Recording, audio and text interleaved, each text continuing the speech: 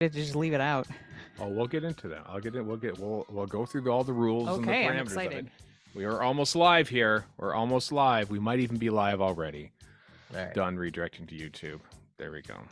Are we recording yet? No, we're not recording quite yet, Warren. But it's a live. The stream's live. You might as well start recording, right? Yes. No. Unless we want to give it a few minutes for people. We let a few minutes for it to show because I just live in right fear now, of not hitting record. Ooh, and I was like, screwing what is everything this up. That's why I notification on my phone? Oh, Radio Free Skaro has started a live is stream. that what happens? See, Yeah, see?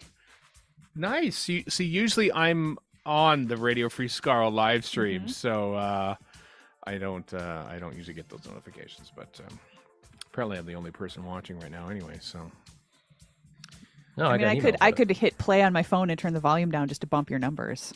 sure, and to show that we're actually on the air. We're on the air. Hello out there. Yeah. We're on the air. There. It's I've turned the volume down, but night it's playing. tonight. you go. Listen in on our doctor who. Hi, everyone who's filling in very, very briefly right now. Listen in on our Doctor Who holiday death match. There we go. Just waiting for the tweet so I can quote tweet it. I am typing it and trying to speak at the same time. That's foolish. I know. Well, you know what? People who work in like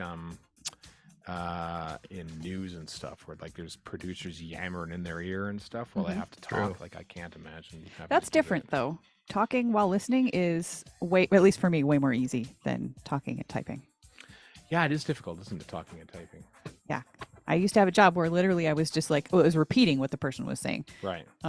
to caption phone calls. So instead of typing, people would be talking and I would be saying it very clearly in a semi-robotic voice so the computer could understand me. Anyway, I've tweeted, and now There I'm it going is. to toot. Still calling it toot. Fucking bastard. Just tooting out to the tweeps there, Warren. God. Wouldn't they be tubes? There be tubes. If I, Hey if, there, I had a, tubes. if I had a soul, it would have gone away with that comment. Toops and tweeps. We're not video, by the way, because there's 5 of us on this one, and we don't have. Some of us are in the same room, and so it would be weird to have Erica off camera. Yeah. Well, I wouldn't mind, but that would be weird. That would be strange. It Do would you not seem have odd. more than one? Yeah. Do you not have more than one webcam? I don't. Now you could do 2 microphones on Zoom, but I don't think you could do 2 No. Even you if only we have could- one. cams. Yeah, even if we could, only one of our webcams is actually very good. I compared, like last time we compared the old one to the new one, it was like, holy moly, let's not use that ever again. Yeah. Mm. Yeah. Because I have a spare mediocre webcam that you're welcome to, but no, you can't use 2 at once. No, and we have a Not spare. not without having a second Zoom connection. Yeah. I imagine that if we were more proficient at this, we would have a. I didn't want to do that. What was I talking about? See, typing and talking at the same time. Like having a aggregate kind of thing, like you do with the 2 microphones. But OBS software. That's the thing I was going That's the towards. one, yep. That's what I was going towards. Because anyway. Obstetrics Anyway. software? I don't know what it's called. It's what professionals use to. OBS is complicated as shit. I Very used it- complicated, Yep. Warren. Thank you for swearing on the live stream. Oh, That's sorry. awesome. I had to use it for a work thing where we did a live stream, and it was quite the learning curve. That's Right. what I haven't learned how to use it yet, but that's what we use a lot for Total Party Kill, and it gets difficult. Are you gonna Yes. Are you gonna take a course on that? Seeing- Maybe. Yeah. We'll see. I'll happily sit in on that. Yeah. I'm sure YouTube can teach you everything you want to know. I don't know. And know. then some. Yeah. Oh, it'd be great. I'd love having 19-year-olds tell me how to do things. It's wonderful. Yeah. While telling me to like and subscribe. And smash the like button. Smash the I like will button. Smash Warren. no There's such button. There's no point in telling you to like it unless you're smashing it. Anyway, this is hi, happy Boxing Day, everybody. This is us very much on the fly doing a live stream because we thought, why not? We're all here. I had considered because this replaces what was originally going to happen today if Warren's flight wasn't canceled, and we would have all been here. And I had considered finding a way to do a video live stream of it. It would have been impossible. I'd have to get multiple cameras or something like that. So this is it. This is our live stream. This is our special, our Boxing Day special recording. We won't even do a commentary. Once again, the Horns of Naimon will sit properly uncommented on for another year at least. Unless we release the version from 2009. We're not going to do that. It's not going to happen. It's terrible. Oh, yeah. Yeah. It's sat in the vault for a reason. Yep. So this is the whole episode today. You get to listen to a whole episode. The final version will come out tomorrow, and on the 27th. But you can listen in now if you're that eager to do so. For those that are joining late, this is an audio only live stream because Steven Eric forgot to put on underwear. I forgot. And I'm wearing it on my head. Because it is Boxing Day after all. You're Hello, wearing America. Steven's Yeah. underwear on your head? Yeah, America Yes, has. yes. This just gets worse and worse. Is there? I don't think there's like football today. It's what day is it? Is it Monday? It's technically a Monday. Today It is Monday. Monday, It yes. is Monday, yeah. Doesn't feel like it. It feels like it's Sunday the 2nd. Yeah, Americans are probably at work. They're probably at work right now. Many. Having to work because they don't believe in a higher god, which invented Boxing Day for Commonwealth countries. The boxing god who supersedes the actual god. Yeah, the boxing is for like the boxing of presents, right? Isn't that the origin Delivering No, boxes you can of you can presents, choose yes. one person Yeah. to beat with boxing gloves on this day. We Right. don't tell anybody about it, but that's our secret. of it? Yeah. Lesser known tradition. It's Canadians get out all our aggression on Boxing Day. Yeah, we actually That yeah, and, that and geese.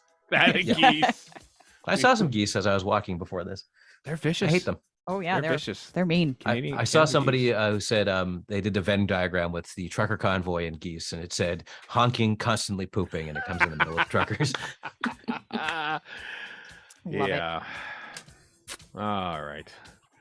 Well, I mean, there's this isn't a live an episode review. Although, boy, I'm looking forward to doing those again in 11 months' time. Doing and we'll probably do them more often too, and we probably won't do them on a Sunday night for us in the middle of the night in the UK because I'm betting it won't be on Sunday nights anymore when it comes Nope. back, and it might just be dropping at a certain time of day, and so we can actually do live streams at decent hours again. So. But we don't want to wait 11 months to do that. So that's why we're doing this right now on this very special Boxing Day with all you dear listeners. So I think on that note, I think we're probably ready to rock and roll on this sucker. All right. So yes, if everyone who is recording, press record. Aye. I'm even going to tell the Zoom lady to do it right there. Oh, There she thanks. goes. Mm-hmm. And then we'll get underway. We'll get underway. So It feels weird not to have a button to press to record. I'm sorry. Did That's you want to fine. come over here and do that? Or no, it's good. all right. Okay. Here we It's go. your turn to be a kept woman, Eric. Yeah, I'll take it. Right? Thank Yikes. you. All right. Here we go.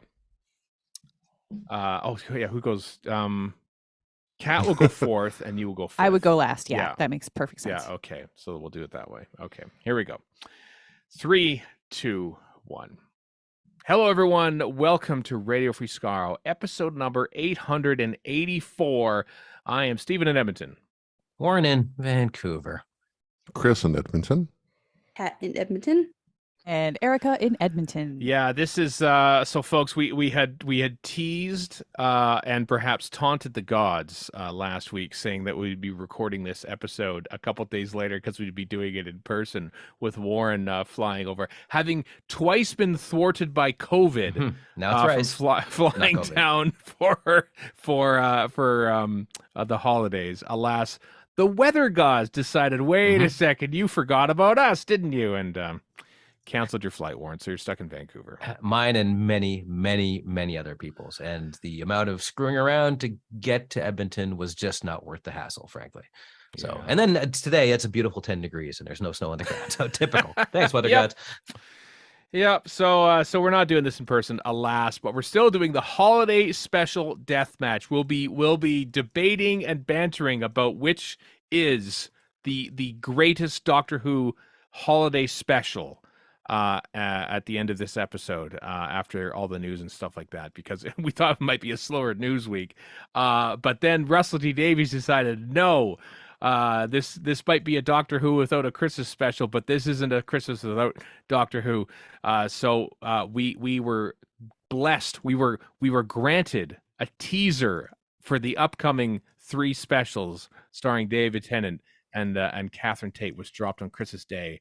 We've all watched it. Have we all Zaprudered it? Have we all sort of gone through very slowly and looked at various bits of it? Because I speak. That was that I Zapruder have. Junior. I Somewhat. watched it 5 or 6 times. Yeah. Does it count watching like over your shoulder when you were Zaprudering it with me not paying that much attention? Yes. Sure. Then yes. Uh-huh. Yeah. Then we did. Yeah. 6 degrees of Zaprudering. Yeah, a little bit. What's everyone's thoughts on the trailer? The trailer for the anniversary specials. Anyone? I'll get my one negative. Like, I like most of it, but the one thing that bugs me, Right. because I'm dumb, frankly, is that we keep hearing about how this is a completely new Doctor, but he's saying he's dropping his catchphrases. I'm like, is he though? Is he though? Come on now. But we Not got that the I LNZ. Yeah, the Yeah. LNZ kind of stuck in my craw a little bit. Who which said that he was a completely new Doctor? I'm pretty sure Russell T Davies did. Well, he's calling him the 14th Doctor, but That doesn't necessarily that doesn't mean necessarily completely new. mean Yeah. I suppose. RTD and wise. then they are gonna lean on the tropes, because that's what he's there for. See, not Warren, for everyone. you've read between the lines and read the wrong things. And got mad at it. Possibly. And Oh, got well, mad yeah. at it. I've become what I've beheld, and I've content I've done right. To quote the Untouchables. You brought a knife to a gunfight. Yeah, to also quote the Untouchables, yes. Yeah. But other no, than that, it's this- good. Yeah. It's there's lots of exciting stuff. It's a trailer after all. Boy, it looks good. There's some shots there, just the way it's shot, the way it's lit. It just looks way different than David Tennant's original run. Oh, yeah. You know what I I mean? was gonna say it doesn't look that much different than Jodie's run, like, honestly, because they did some really good cinematography there too. Yeah. You mean David Tennant's original run that was almost completely shot in SD? Yeah, I That's know. the one. It's amazing. But you forget about it because you think, oh my God, David Tennant looks I'm, like, he's like I'm 15 working- years older, but he looks really, really cinematic now. Did he change, or did the cameras and directors change? Yes, Well, the let me answer put to it this both of way. those. Yeah. I'm working on a fan vid, and I have used the de-interlace effect in Premiere quite a bit. So with regards to his and other footage. So yeah. Yes. Can confirm, Warren, having done 24 days of screen grabs for yep, the exactly. Fluid Links Advent calendar. It's thinking, oh wow, this SD stuff doesn't seem as good anymore, but Seems yeah. to tear up a bit. Yeah. a little bit. Yeah, it looks very exciting. So this has been confirmed now because Russell T Davies posted a pic of a Beep the Meep Christmas tree ornament It's frightening. shortly afterwards. So we can confirm now. Beep the Meep, everyone, is in one of the holiday specials along with the little Warth Warriors. Is that what they're called? Yeah. Both appeared in Doctor Who and the Star Beast, the comic that was in Doctor Who Monthly back then, or weekly. It might have been weekly back then. Yep. I have the book in front of me. with They had the- that oh, very thing in excellent. it. Which in February through March, I think, of 1980, I think. So the very early days of the magazine, they were in there. So yes, for the first time properly, Doctor Who is mining its own comics history to come up with content for an Is on-screen it the first time? I'm story. not sure. I mean, other than the cameo of Absalom Doc as a drawing from the comics, and Exactly, like Robots of proper, like Sherwood. I think that's the only other act- time I can think of. Yeah, actual proper. I know that the Dalek saucer design comes from the TV Action 21 comics from the 60s, I Mhm. think. But an actual proper characters and plot potentially for modern Doctor Who. Why Starting not? Who There's some knows great if ones it'll in be there. plot. Yeah. So I never read them. Warren, had you read the Yes, comics? I have. Okay. I have. I did back in the 80s when they came out. What happened was they came out here as Marvel reprints of DWM stuff. I didn't know at the time. I'm like, Marvel's got Doctor Who. Oh, the world is wonderful, which means he's technically a Marvel hero, which he will be on Disney Plus. Yeah. But there's a whole bunch of, like, I've got the Dave Gibbons collection. There are other ones not drawn by Dave Gibbons, and obviously there are ones before this too. But the Dave Gibbons one, Star Beast, is in there. There's one with Merlin, who's a Time Lord, which is an excellent comic book story. Period. With the 5th Mhm. Doctor, there's a lot of really good stuff in here. That's a great run. Alan Moore wrote, but not for these ones. Right. Yeah. Anyway, also Neil Patrick Harris, of course, is seen throughout the very. Now, of course, this is German.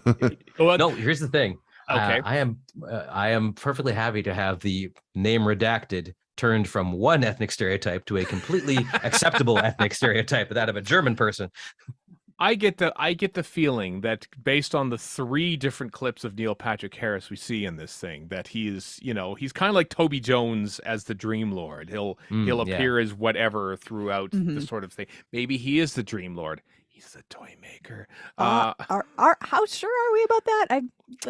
Is it still guessing? That hasn't been no, it hasn't been officially officially okay. announced, but I everyone's No. talking about it. Yeah, well, I know everybody's talking about it, but also, as Kat said earlier, RTD lies.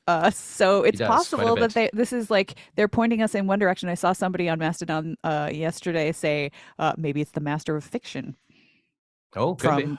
from Or the somebody Mind new. Meld. It could be Oh. somebody new. We don't From the know. No, land of Warren, fiction. Oh, yeah. come on, somebody new. What are you talking about here? It probably won't be, but it could be. No. We already have enough Possibilities. characters. Yeah, exactly. Please We're full eliminate up. 3. Go home. Yeah. And The, also Unit is there too. Anyway, yeah, sorry, Chris. I was going to say that the humor present in the Doctor and Donna era Mhm. is very much present there as well. The scene where Donna's where the Doctor's hiding behind Sylvia.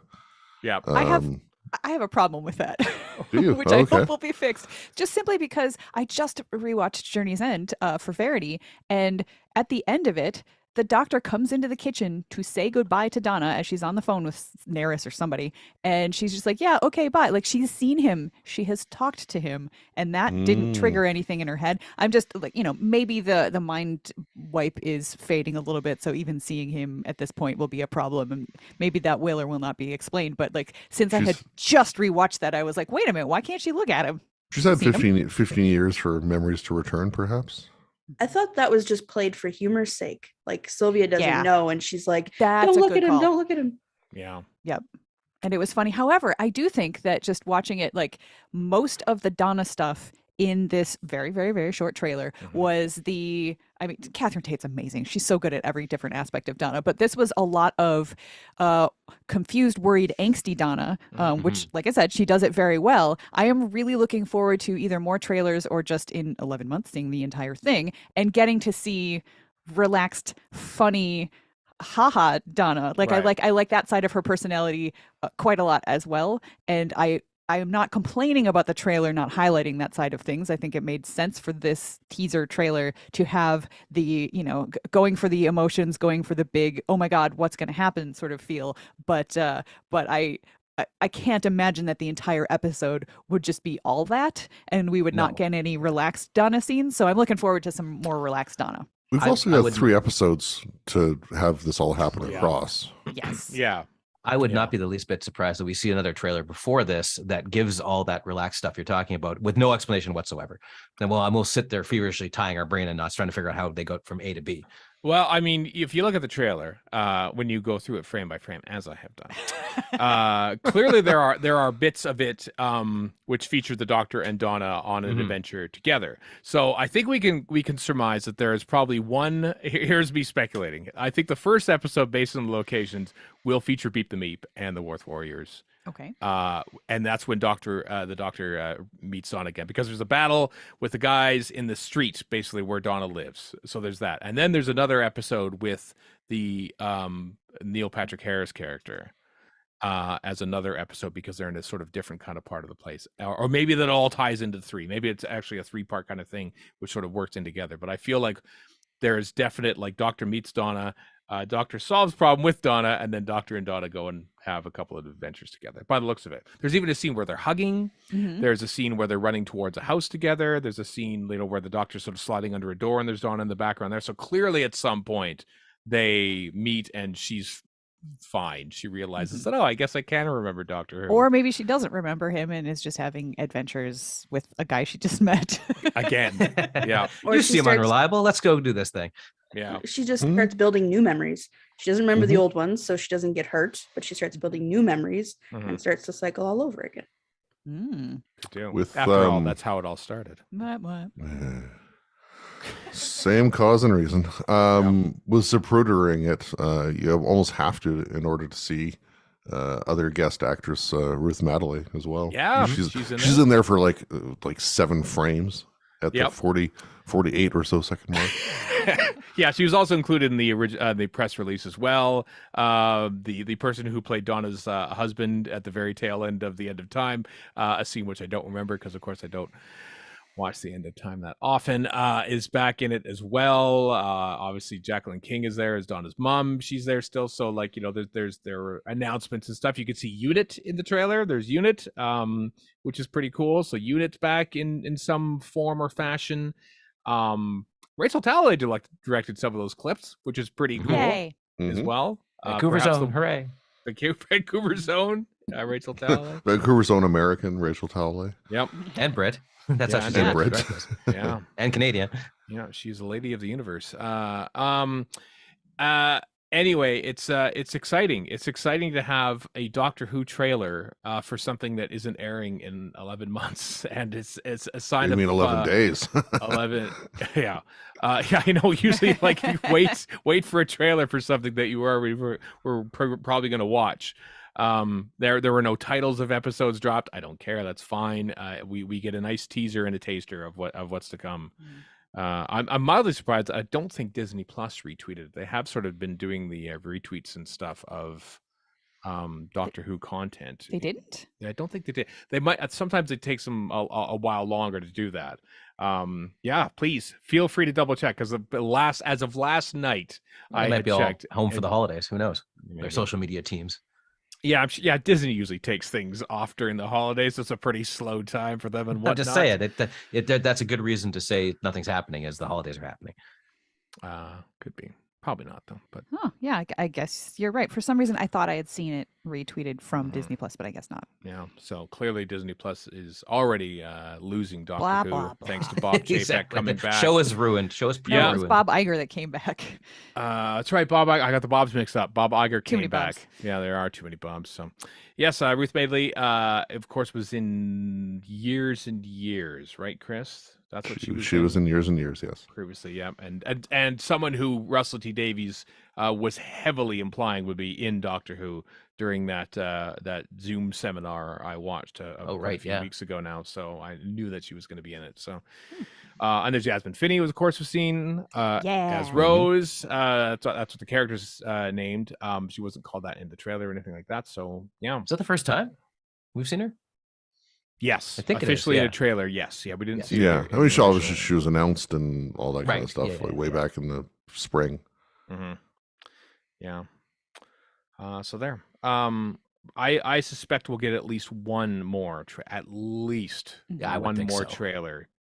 Probably I'm thinking Comic-Con will be one for sure. Oh, I wouldn't be bet surprised. you that'll be the big reveal for Disney, but who knows? It might happen earlier. We'll find out, but it's exciting. Nice little gift that we all had. It was fun seeing like the speculation that some people were thinking, what if they actually dropped an episode? What if they actually dropped a whole episode? Unlikely. Very I unlikely. wouldn't put Very it past RTD, but unlikely. Yeah, would have been tough to clear the schedules on BBC One Yeah. and Disney Plus, given that they didn't even have it yet. So I wasn't hoping for an actual full-on episode. I mean, well, obviously I'm hoping for a full-on episode at any moment, but my like I was like, okay, it's probably going to be a trailer, but my secret hope was that it would be like a little short, several minute like Oh, yeah, prelude yeah. kind of a thing Mm. that wouldn't necessarily need time on BBC One, because it could be like an internet only thing. right. And the BBC could go back to calling it a prequel. See, notice they I are- specifically said prelude. prelude, not I know. Yeah. freaking prequel. Yeah. One of the- Words one of have meaning. One of the reasons we probably won't get that in any form is because they're doing it in DWM in the comics. So, and RTD has gone on record That's saying true. this is the prelude. Pardon me, before I Yeah. screwed up. This is the thing before the actual Right. show. Mm-hmm. Yep. Yeah. Beep the Meep. Did we talk about Beep the Meep yet? No, I little mean, bit, how little much? bit. How much do you want to go into it? Because I feel like That's true. some people want to know everything possible, and they can Google that. But I feel like if we talk about what Beep the Meep was in the comics, that's going to be kind of potentially true. spoilery depending on how closely RTD hews to that character. Yeah. He Yeah, may he be could play just with it, taking it yeah. and changing the characterization, but maybe not. So like, I mean, this is up to you guys. It's your podcast. I'm just curious No, how deep you want to go. No, I you're was right. only I going to think you're mention that you think he's cute. Oh my gosh, like I immediately fell in, like I had heart eyes. I was like, it's like I love the pating, and I was like, oh my god, it's the pating. Right. But like if it was fuzzy and cute and acting all nice and stuff, and I was just like, I just want to hug. Beat the meat. A little, Well, that meat. might not work out. But anyway, And like the Pating, he's a bad guy. Or is he? Well, We don't know. I mean, They- he seems yeah. to be chased by the Roth Warriors, but Yeah. let's I put mean, it this we'll way. find out in He is 11 in the months. comics. That doesn't mean anything. Yeah. Right, Probably that's does, true. but maybe it doesn't. Yeah. there's nothing saying that the plot line from the comics is going to be lifted for the specials, but Or maybe it I will. mean, Moffat pilfered from Big Finish with Night of the Doctor to make some of the Big Finish companions canon. So Which was great. Mhm. why not plunge from the plunder from the comics? I mean, Yeah. does this mean we're going to get Frobisher next, or Well, yes, and also I want to see Doctor Who and the Cricket Men worked into this, which is Right. basically just remaking an old classic Doctor Who anyway. Yep. So, well, there's the That was novelization for the Cricket Men. So, yes, I know that's so what I'm why saying. We not? plumb from that. Yeah. Mhm. It's good CG too. Or just Yeah. like frame going Yeah. back and forth, and Yeah. like the hair is like it looks like a real little creature. Can can anything almost top lip Dobby read. Doctor? Come on. Yeah. That's I the know. secret. It actually is a real creature. They've genetically created a beep the meat. Yeah. That means I can hug it, cat. Yeah. Yeah. I mean, I did. It's endangered, so be careful. I didn't watch. We watched like one episode of his Dark Materials. Is his Dark Materials? That's the name of the show. Yeah. Yes. I believe so. Yeah. And they have like all these little animals and stuff in there, and I thought the animals looked pretty good. And, that was done by Bad Wolf as well. So maybe this is just a sign of like, we know how to do little furry creatures. Thank you very much. So We took a polar bear and made it round. yeah, Done. yeah. So looks good. Any other thoughts, comments on the trailer and stuff before we move on? Anyone? Only that it made me like I got surprisingly emotional about it, not Mhm. because of the contents of the trailer, but just having a trailer and some Doctor Who content on like Christmas. I got weepy. I was a little bit more verklempt than I expected myself to be, simply because I was seeing new Doctor Who put in front of my eyeballs in an attempt to remind me that it exists and get me to watch it. Mhm. As a trailer is wont to do. Yep, that's what it's for. Yeah. It worked. Yeah, I tweeted about it like, hope we enjoyed our last Christmas of having to cram in a viewing of a new Doctor Who Christmas special around having to quickly run off to a Christmas dinner somewhere else, and then quickly whip home from that Christmas dinner to record a podcast because that's the only time that week that we would have to do it. I miss those days. I miss the frantic days of Christmas having to watch an episode and then eat and then look at Twitter and see the reaction of it and then run back home and record an episode. Oh boy. Blessed inconvenience. I was gonna say, it really made my life difficult. Wonderful. Yeah. Yep, next year Christmas specials return, which will be Shurigawa's first appearance, and we saw the very same clip with the same background in that that Russell T Davies said would never see again because we saw it in the teaser, but it's the exact same shot with the same background in the. Could in someone this teaser. just please tell him what the hell's going on? I know he He just wants to know. just needs to know what's going on.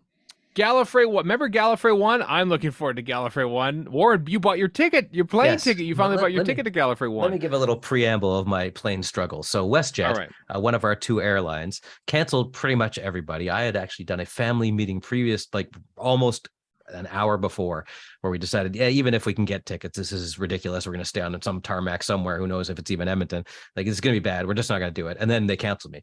So that's preamble to all that. Right. So I was sitting there going, should I book now? It's 25th. Yeah, let's see. Then I thought to myself, wait a minute, WestJet, which this is not just me. This is everybody. They screwed up royally. Air Canada didn't have anywhere near problems they did. I'm like, these guys are probably on the ropes. And that means the flights might be cheaper. And lo and behold, they were. so I went online, got a cheap-ish flight. They're not all that cheap, but it was cheaper than I Right. thought it was gonna be. It was cheaper than they previously were, and so I finally got my flight. Yes. Hmm. So in some weird way, it feels like revenge. I don't really know how, but it does. Well done. Well, I'm glad you're going. Well, obviously Yeah, we're going me to go, too. but you were going to get a ticket. They announced California One announced a new block of guests, including Katie Manning, John Colshaw. He does Brigadier in the so well. in the, the Big Finish, but he's been known for years for his celebrity Baker. impersonations. Tom It's Baker. stunningly good. Yes. It's stunningly good. So he's going to be there. Daniel Anthony, Clyde Langer himself from Sarah Jane Adventures is going to be there. Jamie Magnus Stone, director of 6 episodes of the Jodie Whittaker era, 7, I think, maybe. Nice. So we're always excited about directors coming to Gallifrey 1. Patrick O'Kane, who played Ashad, the Lone Cyberman. Daisy Ashford, who plays Liz Shaw, and the Big Finish is Lauren Cornelius, who plays Dodo. Matt Fitton, Kenny Smith, Christopher Jones, Blair Shedd, and a whole host of other folks were announced for Gallifrey 1 coming up in under 2 months. My word.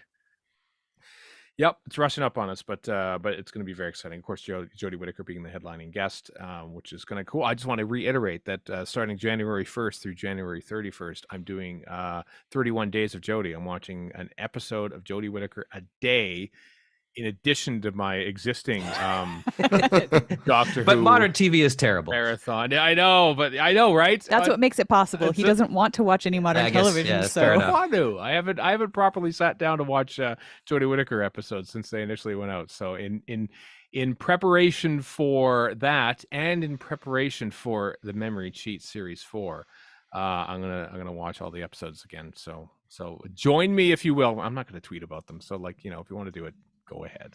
That's basically what it means. But so yes, Gallifrey 1. Is everyone looking forward to Gallifrey 1? Of yes. course we are. Yeah. I haven't been in 3 years, so yes, obviously. I suppose, yeah. You've only been 3 years for a lot of people. 3 years. My God. Yep. Wow.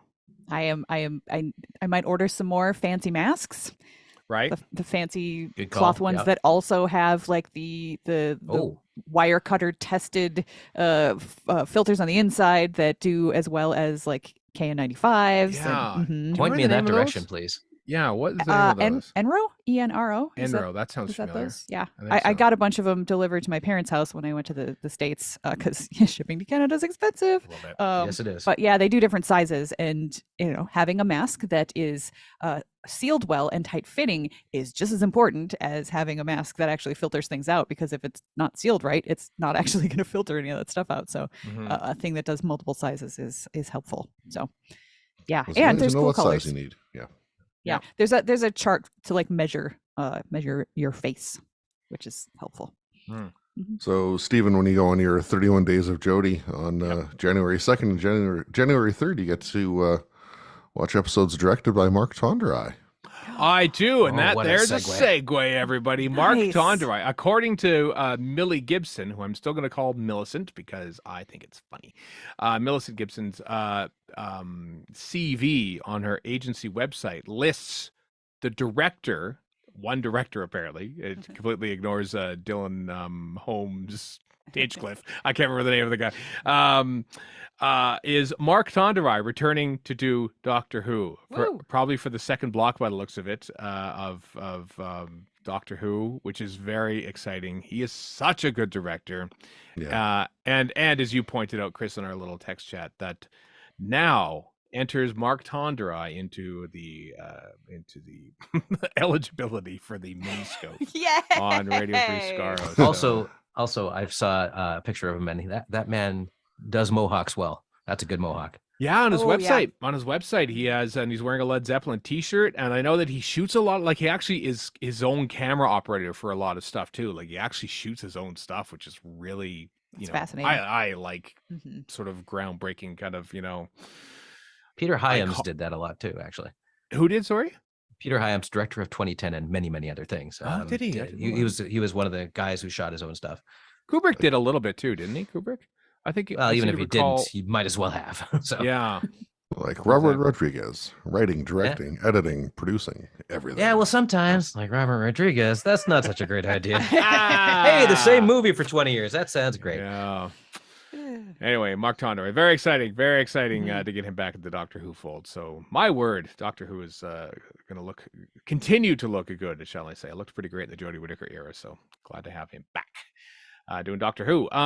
We talked about last week, last episode that we talked about Doctor Who leaving Crave. It still says it's leaving January 6th. and we were keeping an eye on other places because it looks like it was going from in New Zealand and Where's our Australia. committee on that? Yeah, well, it does. The HBO Max in the States listed all the stuff that's coming and going from HBO Max in January, and Doctor Who is not listed among them. So I don't know what the deal is there. One assumes it's a noteworthy enough program to be, listed. I mean, they're saying that Elmo Saves Christmas is gone on January 6th. Gasp. You would think that Doctor Nobody Who saved would warn. Elmo. Yeah, Babylon 5 is going on January 25th. I know. After a 2-year deal, I think is how it kind of works. So so it's gone there. So but no mention of Doctor Who. So we continue to look on. This is because obviously Doctor Who has to leave HBO Max in its library stuff before it can come to Disney Plus in the future. So we wait and see. It looks like there might be a bit of a slow fade out across the globe of Doctor Who leaving streaming services before it shows up on one. So Well, there's a long time between now and new Doctor Who, and who Yes, knows there when is. Disney Plus is going to start getting any sort of a back catalog anyway.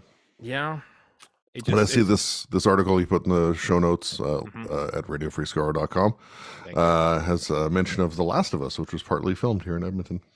It was. Mhm. I would walk to hockey work in the summer of 2021, I guess it was. Sure. Yeah, that's when they're filming it here, and they shut down parts of 104th Street. There's like a disheveled bus and broken down stuff and everything. Basically, looked like 104th Street. I'm kidding, of course. So yeah, I walked by the set every day. I felt like Warren. I felt like, I should walk through it. Irritated? I should- Irritated? Yes. Yeah. I should- Can I go off on a tangent about The Last of Us? please. The guy who made Chernobyl, whose name escapes me, Craig Mazin. That's his name. Yeah, Craig Mazin. Chernobyl is excellent, and this might be excellent too. It's based on a video game. The thing, it's not the show, but the video game itself, which is a good video game. Every single gamer who's never read a book goes on about how this is our great work of art. I'm playing. I'm like, it's zombies. It's the same old crap as always. What's the big deal here, guys? Right. Like, it's a good video game, but read a book, please. I beg of you, read any book, not Harry Potter, any other book. Mm. So that's my rant, basically. I started playing it and I bounced off it. You did a little bit. Yeah, didn't you? I've got it. I haven't gone. I got like a couple sections in, and I was playing other stuff. It's fine. It's not a bad game or anything. It's just I just don't understand the abject love for it. But whatever. I've read a book, so maybe that's why. Yeah, I mean, I enjoyed the beginning of the story. I would probably rather read a book of that story than have to play. Yeah, exactly. Play through it with the mechanics. But I've read enough stories that are similar to where it looked like it was going that I was like, too. yeah, I'm good. Yeah, I yeah, got that was to play exactly it. what my reaction was. Yeah. If it was on Xbox, I'd play it, but I don't have an Xbox. I'm not getting a PS4 or 5 just to play one video game. I've already done that with other games. I so- totally did that with Horizon I know Zero you did. Dawn. So That's who right, am I you to did. talk? Yeah, you did indeed.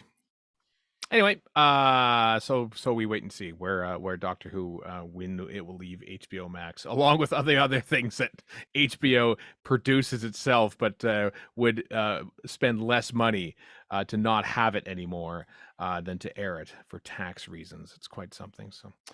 Anyway, let's before we get on to the Doctor Who holiday special Deathmatch, let's take a quick look back in the Time Lash, that weekly feature where we see what happened this week in Doctor Who. It's slightly shorter because we're starting this on December 27th through the 31st. But on December 27th, one thing happened in Doctor Who history. They recorded some of the Daleks Master Plan. That's it. That's it. The 28th, though, let me tell you, I'm so happy for the 28th of December because the debut broadcast of Tom Baker's first episode, Robot. Yeah, happened. see, I thought you were going to say debut broadcast of The Crotons. I was very excited. And then you said Tom Baker, and I was like, whatever. We'll get there. We'll get there. If We you don't have squint, to. the Crotons and the giant robot look about the same in the thumbnails. Yeah. Also, the survivors at the first proper look at the Daleks actually showed up on December 28th, 1963. The reason I'm happy about obviously because we have Tom Baker, but because otherwise, like, we were literally 3 days away from having Tom Baker's 10-year beef from 1975 to 1981. And given that he did 7 seasons, it makes it look like he did 6 years. And so for my own brain, it just sort of like, it makes me feel much better to see that 74 to 81 because that's 7 years for 7 seasons. Nerd. I love Yeah, you. total nerd. Yeah. Number nerd.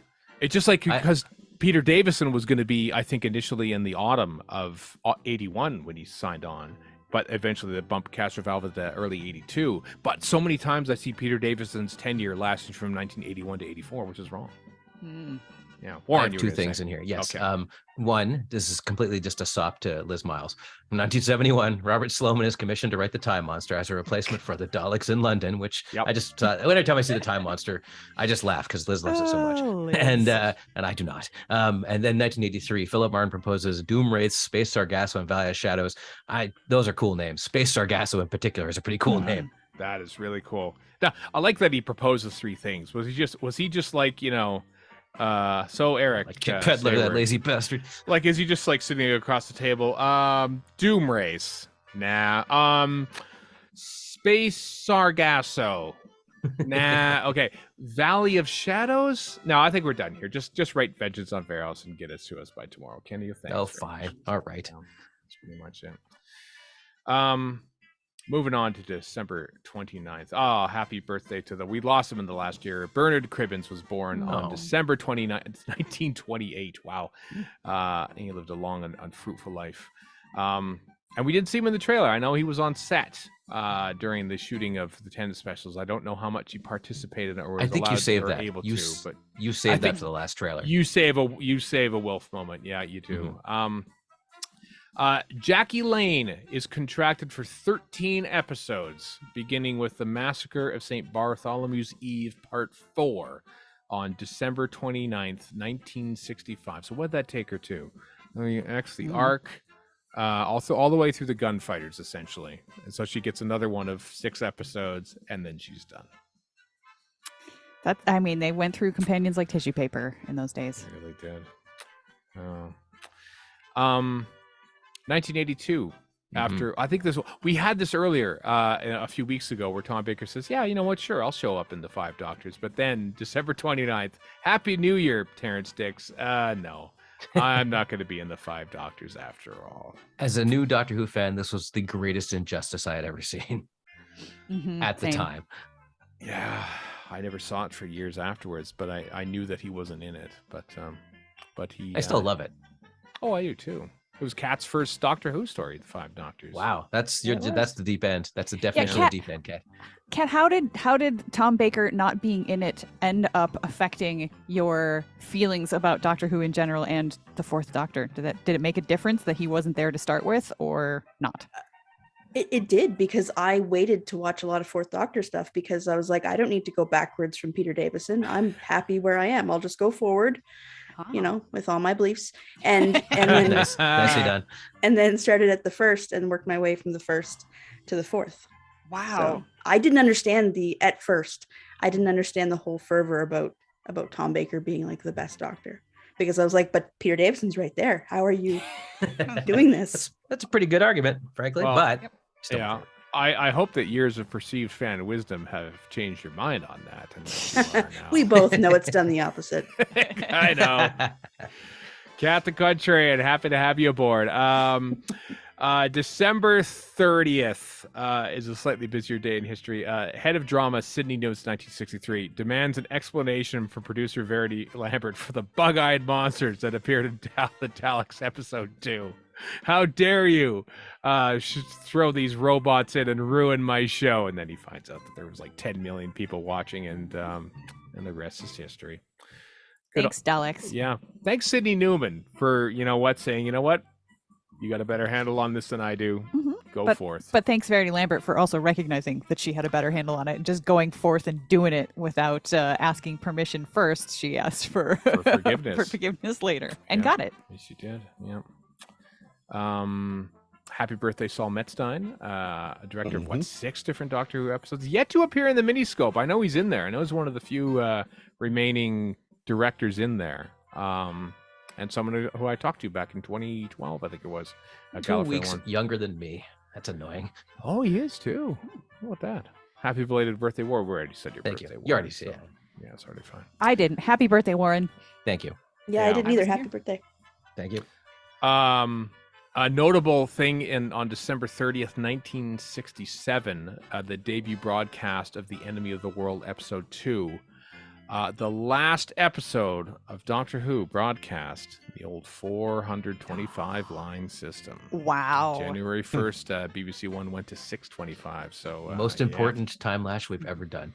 Well, I would like to point out that is not listed on the time lash. That is just information that Stephen knows in his head. The old never brain. mind. Well, it was exciting that when the Enemy of the World came back, obviously it was exciting too, but everyone thought like, will the first 2 episodes be in like 475 line or something like that? Or will it be 625? And of course it was 625, because why would they shoot the first 2 episodes of a story in an entirely different format? No. Just because when it's going to be broadcast. So yeah, but that's when it went out. So there we go. And it remained at 625 literally up until Planet of the Dead. So wow. Yeah. Mm-hmm. Yep. Which is why all the de-interlacing looks Exactly. like it does. Yes, thank you. It warrants fan filth. Can I point out debut broadcast of The Power of Kroll episode 2 on December 30th, 1978 had something like, I'm going this off the top of my head, 12.6 million viewers.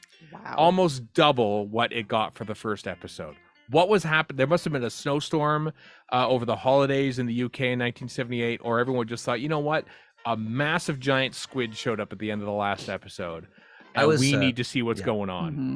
I was listening to a podcast the other day where I can't remember what the sitcom they were talking about, but it was a sitcom nobody remembers, and they looked up how many viewers they had, and it's way more than any streaming behemoth gets, like more than Game of Thrones. It was like getting 18 million people, which was nothing back in those days. Yeah. And I can't remember the name of the sitcom because it's eminently forgettable, but an eminently forgettable sitcom that ran for like a year got massive amounts of people watching it. Huge. Yep. Yeah. Maybe not as much as a giant squid did, though, on December 30th, not. 1978. I also want to point out that the 10th anniversary story, The Three Doctors, began its run on December 30th, 1972. That math doesn't work out, does it? A month and a week after its 9th anniversary. Chronologically, started its 10th season, of course. Right. But still. So it's really a 10th season special, not a 10th anniversary special. I think so. Yeah. Well, please don't unleash that on the internet. I do not need to be Too late. corrected a million Too late. times. It's No. out there. It's out there now. Toby Haydock was doing it because he covered it recently for the Patreon feed for Happy But he's Times and funny. Places. Yeah, So I'm and fine with him doing it. he was like going on like, why is this? It should only be the 9th anniversary. He wasn't that upset. Anyway, last day, December 31st, New Year's Eve. It's funny that 1996 Universal Television's license for Doctor Who was originally due to expire. It was granted an extension, but of course, December 31st is when the actual episode happens in 1990, in the futuristic space year of 1999. Yep. Remember Well, it that? is. Space Remember- colon. I 1999. know. Remember we were looking forward to like, oh, what's New Year's Eve in 1999 going to be like? And then Y2K nearly happened, and then nothing happened, and then Yeah, I sat in a TV station bored. That's what New Year's Eve 1999 was.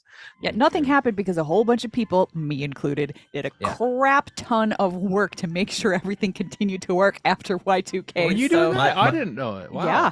I worked for the state of Wisconsin at the time, and I Right. did so much data entry fixing stuff just Like to make sure changing zeros to dates ones and, like and stuff. Yeah. there was a lot of stuff that had to be shifted over to different systems, Right. and yes, we were scrambling along with many millions of other like IT people across Mhm. the world. So I think we should give them credit where it's due and not say, "Oh, nothing happened." Say, Yeah. "Nothing Okay, yes, happened." fair enough. Yes, Celebratorily. Yeah. All very true, but I just want to talk about the opposite. My experience was sitting in this TV station, and we had our bosses there who could barely turn a computer on without getting confused. Yeah. And Steven knows exactly what I'm talking about. Yep. Standing there making sure it worked. I'm like, what are you going to do other than scream when this goes, belly up? Like nothing. You're just going to scream. And luckily it didn't. So so nothing happened was sort of my, oh, thank God. We're not going to get Yeah. You and I were across a parking lot, having not even met, I don't think, at that point. No, I don't think so. Because you were at Aw. Super Channel. I was at ITV on midnight shift. I offered to come in early, like an hour and a half early, so the person I was succeeding to go off and have a New Year's Eve special, because I wasn't going anywhere. Obviously, I was having to work at midnight. And I just remember being in the room with like 7 or 8 texts, just like, Standing, just waiting. Oh boy, waiting for that clock to strike 0, and then it went. And okay. Is it wrong that a small part of me was, I really hope this does go wrong? No, so I didn't have to worry about it. It's not my fault. I mean, I was pretty relaxed at that point. I think I was downtown Madison wearing a bunch of warm clothes and watching fireworks from the Capitol area, and then went back home and played Trivial Pursuit. That is how I spent New Year's Eve 1999. Wow, that doesn't sound so bad to me. Yeah. Yep. The Millennium Edition of Trivial Pursuit. That's right. Yep. Happy Millennium. Anyway, anything else? Any of the other 3 things that happened on December 31st strike your fancy? Anyone? Nah. No, not so much. No. All right. That's fine. We can wrap it up for now. That is the Time Lash for another week. A little bit of other stuff from Big Finish. The Ninth Doctor Adventures, Sage of Fear, are coming out from Big Finish in February of 2023. Big Finish, The War Doctor Begins, Comrades in Arms is coming in May of 2023. And then some Blake 7 stuff. There's a Series 1 novelization box set coming from Big Finish on May 27th, 2023. Why May 27th? Is there something special? March 27th, 2023, which is said is the 45th anniversary of the original broadcast of the first season's final episode, the episode called Lorak. So there's a whole host of actual novelizations, one of which, the first 2 stories, are written by friend of the show, Paul Cornell. How about that? He trained the way back in Spacefall. I love Spacefall. That's my favorite of that whole season, I think. Other folks like Mark Platt, Gary Russell, Jacqueline Rayner, Steve Cole, Uda McCormack, and James Goss are all writing for Holy these. moly, that is a crackerjack lineup. Yeah, that is a crackerjack lineup. And I mean, what a sad week for Blake 7 in many ways, because this is a great celebration of it. But as we talked about last week, Chris Boucher, the script editor for all 4 seasons of Blake 7, died. Toby Haydock's wonderful obituary for him went up in The Guardian. And just earlier today, it was announced that Stephen Grief, who played Travis in that first season of Doctor Who, has passed away. So yeah, Stephen Grief also featuring in an episode of The Sandbaggers. Yes, he did. Yeah, so very sad. Obituaries, as you say, Chris. There's no other real place for him. Yep. In the end. So let's cheer ourselves up. How about? What do you say about that, folks? Let's cheer. Let's now play for the first and only time in history the Doctor Who Holiday Special Deathmatch.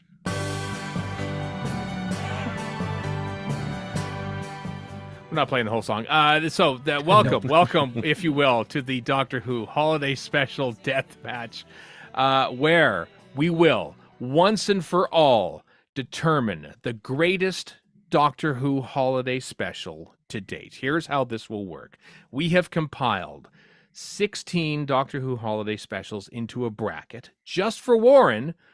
These specials are seeded 1 through 16 in order of their original appreciation index. Oh, God. Also bracket, because I don't understand any of that stuff. With the tiebreaker being a final viewing figure. So here's how we get to 16 specials, right? So The Unquiet Dead, while set at Christmas, not broadcast at Christmas, so it's out.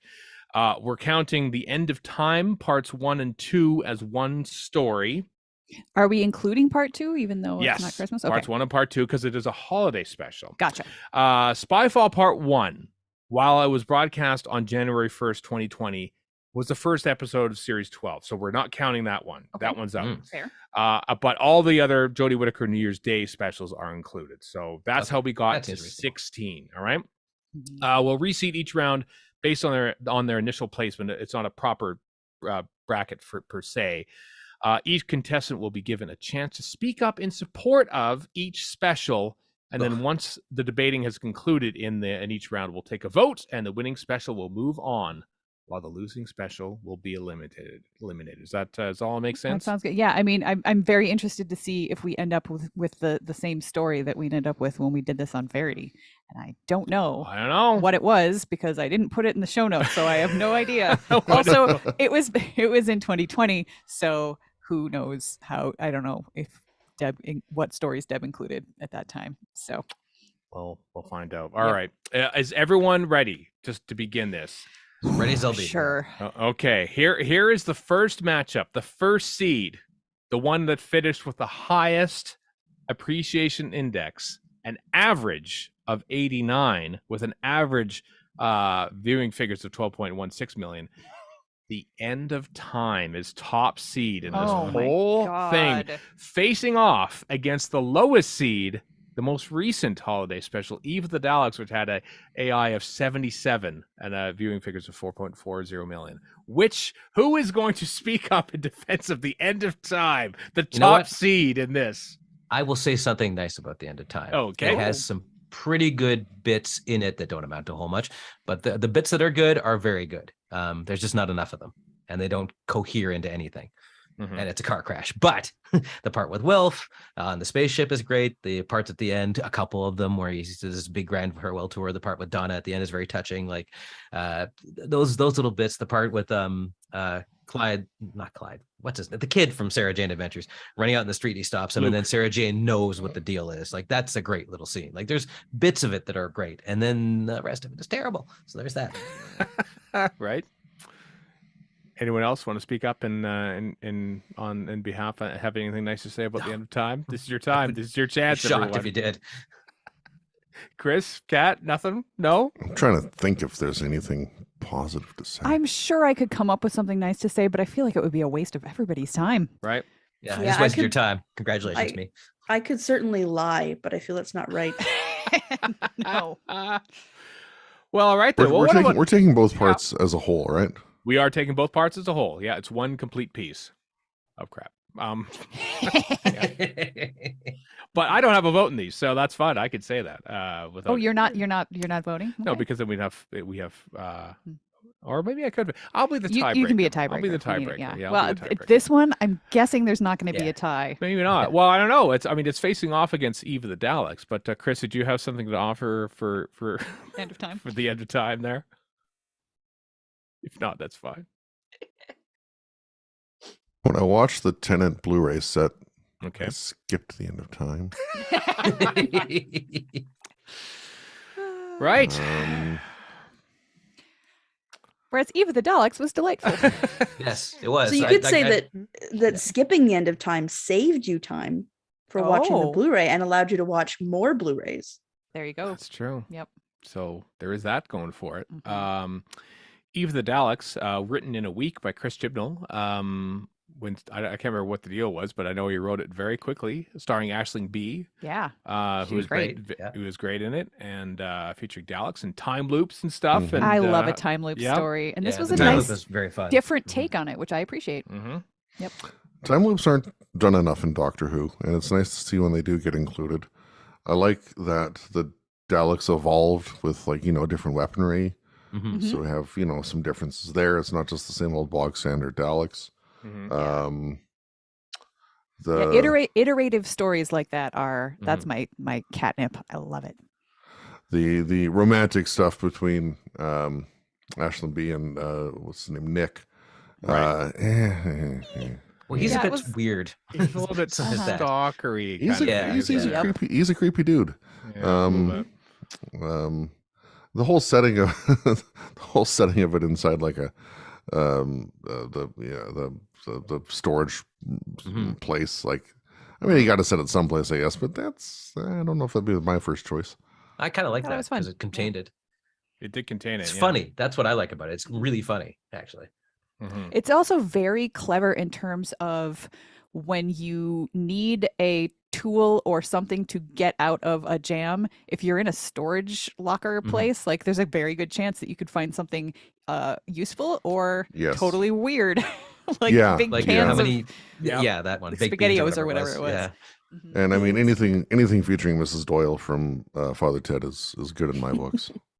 Yeah. I mean, Also- I feel like Yeah. easy The- call. The running gag about about calling at New Year's before the lines get jammed, which gets funnier and funnier the more it happens. That's true. That was funny. That's true. I appreciate the fact that they didn't find a way to like cut the phone lines. The phone actually plays a part without being Mhm. like the get out of jail card. Yeah. Yeah, Mhm. like the battery doesn't run out, or Yep. that standard sort of phone thing. Yeah. Well, well, I think we've spoken about rather glowingly about both stories. Let's put it to a vote. Yeah, okay. I'll sort of go around the table. How about Warren, your vote? Even End the of time Daleks. or Eve the Daleks? Okay, Chris, Even the Daleks, you? easy. End of time loses. Okay. Kat? Like you made a point of saying that. I would vote for Eve. Eve of the Daleks, and now it's, even though it's perfunctory now, Erica, what about you? I perfunctorily vote for Eve of the Daleks. Eve of the Daleks, amazing! What an upset! The 16th seeded Eve of the Daleks wins. Wow, I'm not at all surprised. On this podcast. What a shocker. We know better than stats, apparently. We Yeah. do. Of course we do. All right, the second matchup here, the second seeded versus the 15th. Number 2 seed in all this, based on AI, is the Snowmen, hitting 87 and a viewing figures of 9.87 million, up against the 15th seed Revolution of the Daleks, which had a 79 AI back in 2019 is when that was. So there you go. Snowmen, which features Matt Smith and the Paternoster Gang and Clara, against Revolution of the Daleks with Chris Noth and John Barrowman and all the other people who are now canceled in Doctor Who. So there we go. Who wants to speak up for the Snowmen? Let's go with the top seed first. The Snowmen. I have a special place in my heart for the Snowmen because it was the very first episode that we covered on Verity. That's right. And I also really enjoy Jenna Coleman. And I didn't particularly love seeing the Doctor being so grumpy. But there were some really cool visual gags with, like, you know, pulling the ladder down with the umbrella. Oh yeah. Yes. Yeah. And then, like, you know, Clara jumping for it. And I like the fact that she has 2 different lives. Basically, she's living as a barmaid and as a nanny. And I mean, it's fun winter hijinks. And then she dies at the end, which is also kind of it felt of a piece in terms of, like, some British Christmas stories that are sometimes sad or scary. Right. So I'm a big fan of the Snowman. It's kind of hard to vote against an episode that has both the iconic Richard E. Grant as well as Ian McKellen. I was going to say Ian Nice. McKellen. True. Yeah. Yep. I'll take him doing anything, even a snowman. Also, sorry. the whole Clara thing was a heck of a good fun thing as well. And the way that Moffat played with Clara's character and introduction and whatnot, especially with her being in Asylum, which was a complete shock to everybody. And and you know, when that press screening or fan screening, whatever happened, and everyone kept stum about her presence, and like that was kind of cool and a nice kudos to fandom there. And Matt Smith, Not a phrase you hear often. Matt Smith was just phenomenal in this. But Revolution of the Daleks, I don't mind. Oh. I gotta don't talk. mind. I gotta speak up for one thing. I mean, I like the Snowman. It's fine. I'm probably gonna vote for the other one. But first, it's the introduction of the new and best modern era TARDIS console room. That's console true. room. The Michael Pickwood set. Yeah. Yep. Showing off in I like Capaldi's fashion. version of it better, but it is the best, as far as I'm concerned, the best one. Yeah. Kat, what say you about the Snowmen? The snowmen are, like, proper creepy, and I feel like we don't get enough creepy snowmen. They're always the nice, like, True. frosty Scare kind of scare snowmen. those kids at Christmas. Exactly. But I do like at the beginning where the little boy's playing with the snowman. They're like, "Don't you want to play with the other kids?" And he's like, "I don't need other kids." And I'm like, "That's me as a child. They represent me as a child. I'd rather play the snowman." Only the snowmen I played with were alive. I don't know. It's got a lot going for it, but I had to look it up on the TARDIS wiki because I don't remember any of it. So that usually says something for, like, Clara's amazing and the 2 roles are amazing, but I don't know. It's not.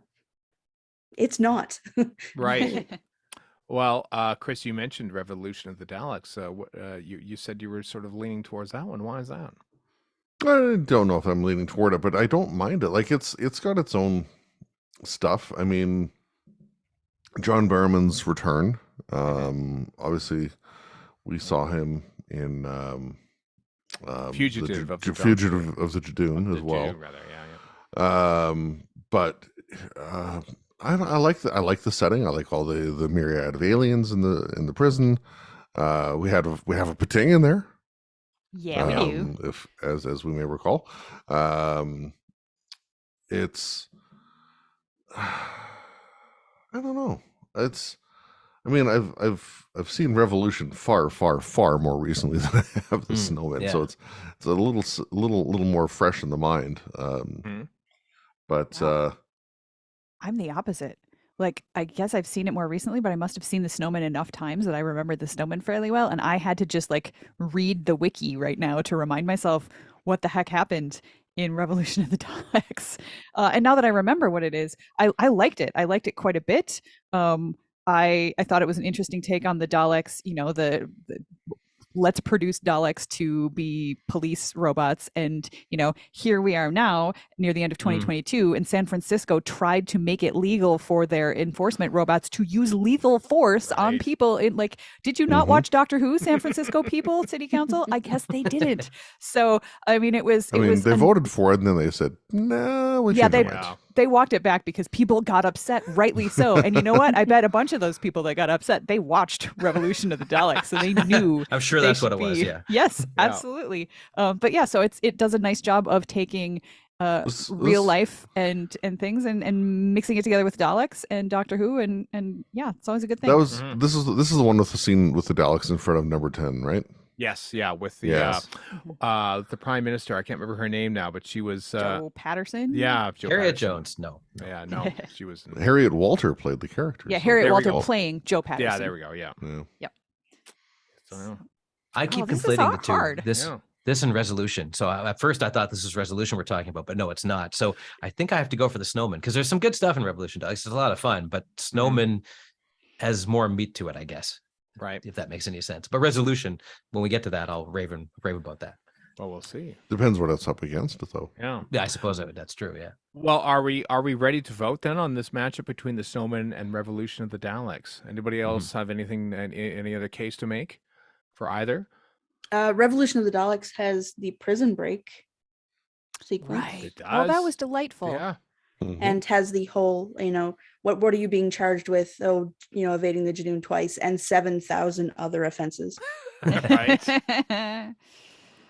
Oh man, this is quite hard. I am struggling. I know. This is what the deathmatch is all about. Well, let's. Are you struggling enough? I don't want to. I can do it. Same order of votes each time. We've also got the departure of Graham and Ryan in Revolution, which kind of sad. I had almost forgotten about that. You know what? Yeah. With that, Chris, you crystallized it for me. Now I know which way I'm voting. Okay, well, let's do it. Let's put it to a vote, Erica. What is your vote, Snowmen or Revolution of the Daleks? I'm going to vote for Snowmen because I like beginnings, and this is setting up the Clara story in a way, setting the Doctor on a quest, as opposed to the ending, which I thought was very good, of Graham and Ryan. And but I want to just say I love Revolution of the Daleks, but I'm voting for the Snowmen. Okay, Kat, what about you? I'm going to cancel Erica's vote out. I'm going to say Revolution because, John Barrowman stuff aside, Jack Harkness appearing in an episode is always going to make it so fun. Top. And a prison break and, the vortex manipulator being used. It's just, you can't not vote for Revolution. All right, Chris, what about you? Oh, man.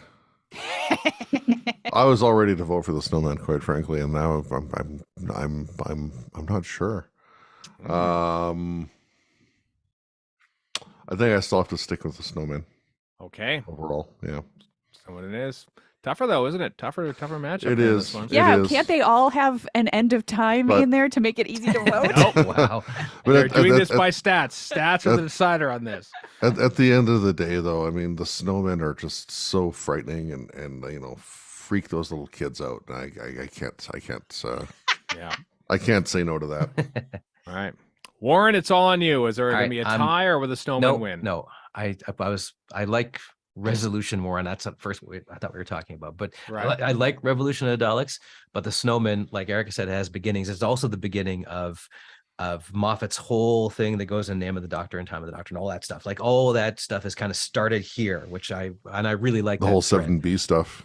Yeah, all that stuff Yeah. is I find fascinating. And also I'm a Moffat fanboy, so I'm going to go for Snowman. All right, the Snowman moves on to round 2, but hey, a good showing for Revolution of the Daleks, I think. Yeah. Yep. And All right. according to the Wikipedia article, I'm reminded that the Snowman had 3 prequels, Erica. 3. Oh yeah. Prequels. Hmm. The third matchup, here we go, folks. Finishing with an AI of 86 and a staggering 13.31 viewing figures. It's Voyage of the Damned in the 3 slot versus the 14th seed with an 80 AI, Resolution, the 2019 New Year's special, directed by Wayne Yip, featuring a Dalek. Voyage of the Damned, of course, featured a giant Titanic in space, and Kylie Minogue. That's your contest. Warren, you were going to speak up about Resolution and yes. Beforehand. What do you got to say about that? Okay, I'm gonna speak with my praises for Resolution as opposed to well, we'll wait for Voyage of the Damned.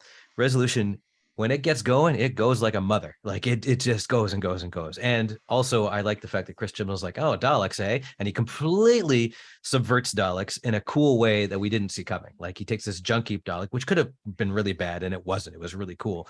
Also, that Dalek is proper creepy. Like there's a bunch of good stuff in this story. Like I just think we did not know what to expect with the New Year's special, and I think he knocked that one out of the park. I think this is probably the best of the 3 as far as I'm concerned. Also, Wayne Yip's direction is great too. Like you said, that whole thing on the road where it just takes out all those guys, it's excellent. Especially the aerial shot of all the destruction there as well.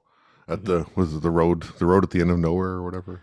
I think the battle you mean was in the sort of the quarry or gravel pit or something like that. There was 2 different ones on the road, but I know the sequence in which you mean though. But even in the Capaldi era, the Daleks are getting a little tired, and here they kind of reinvigorated them with this guy. So, I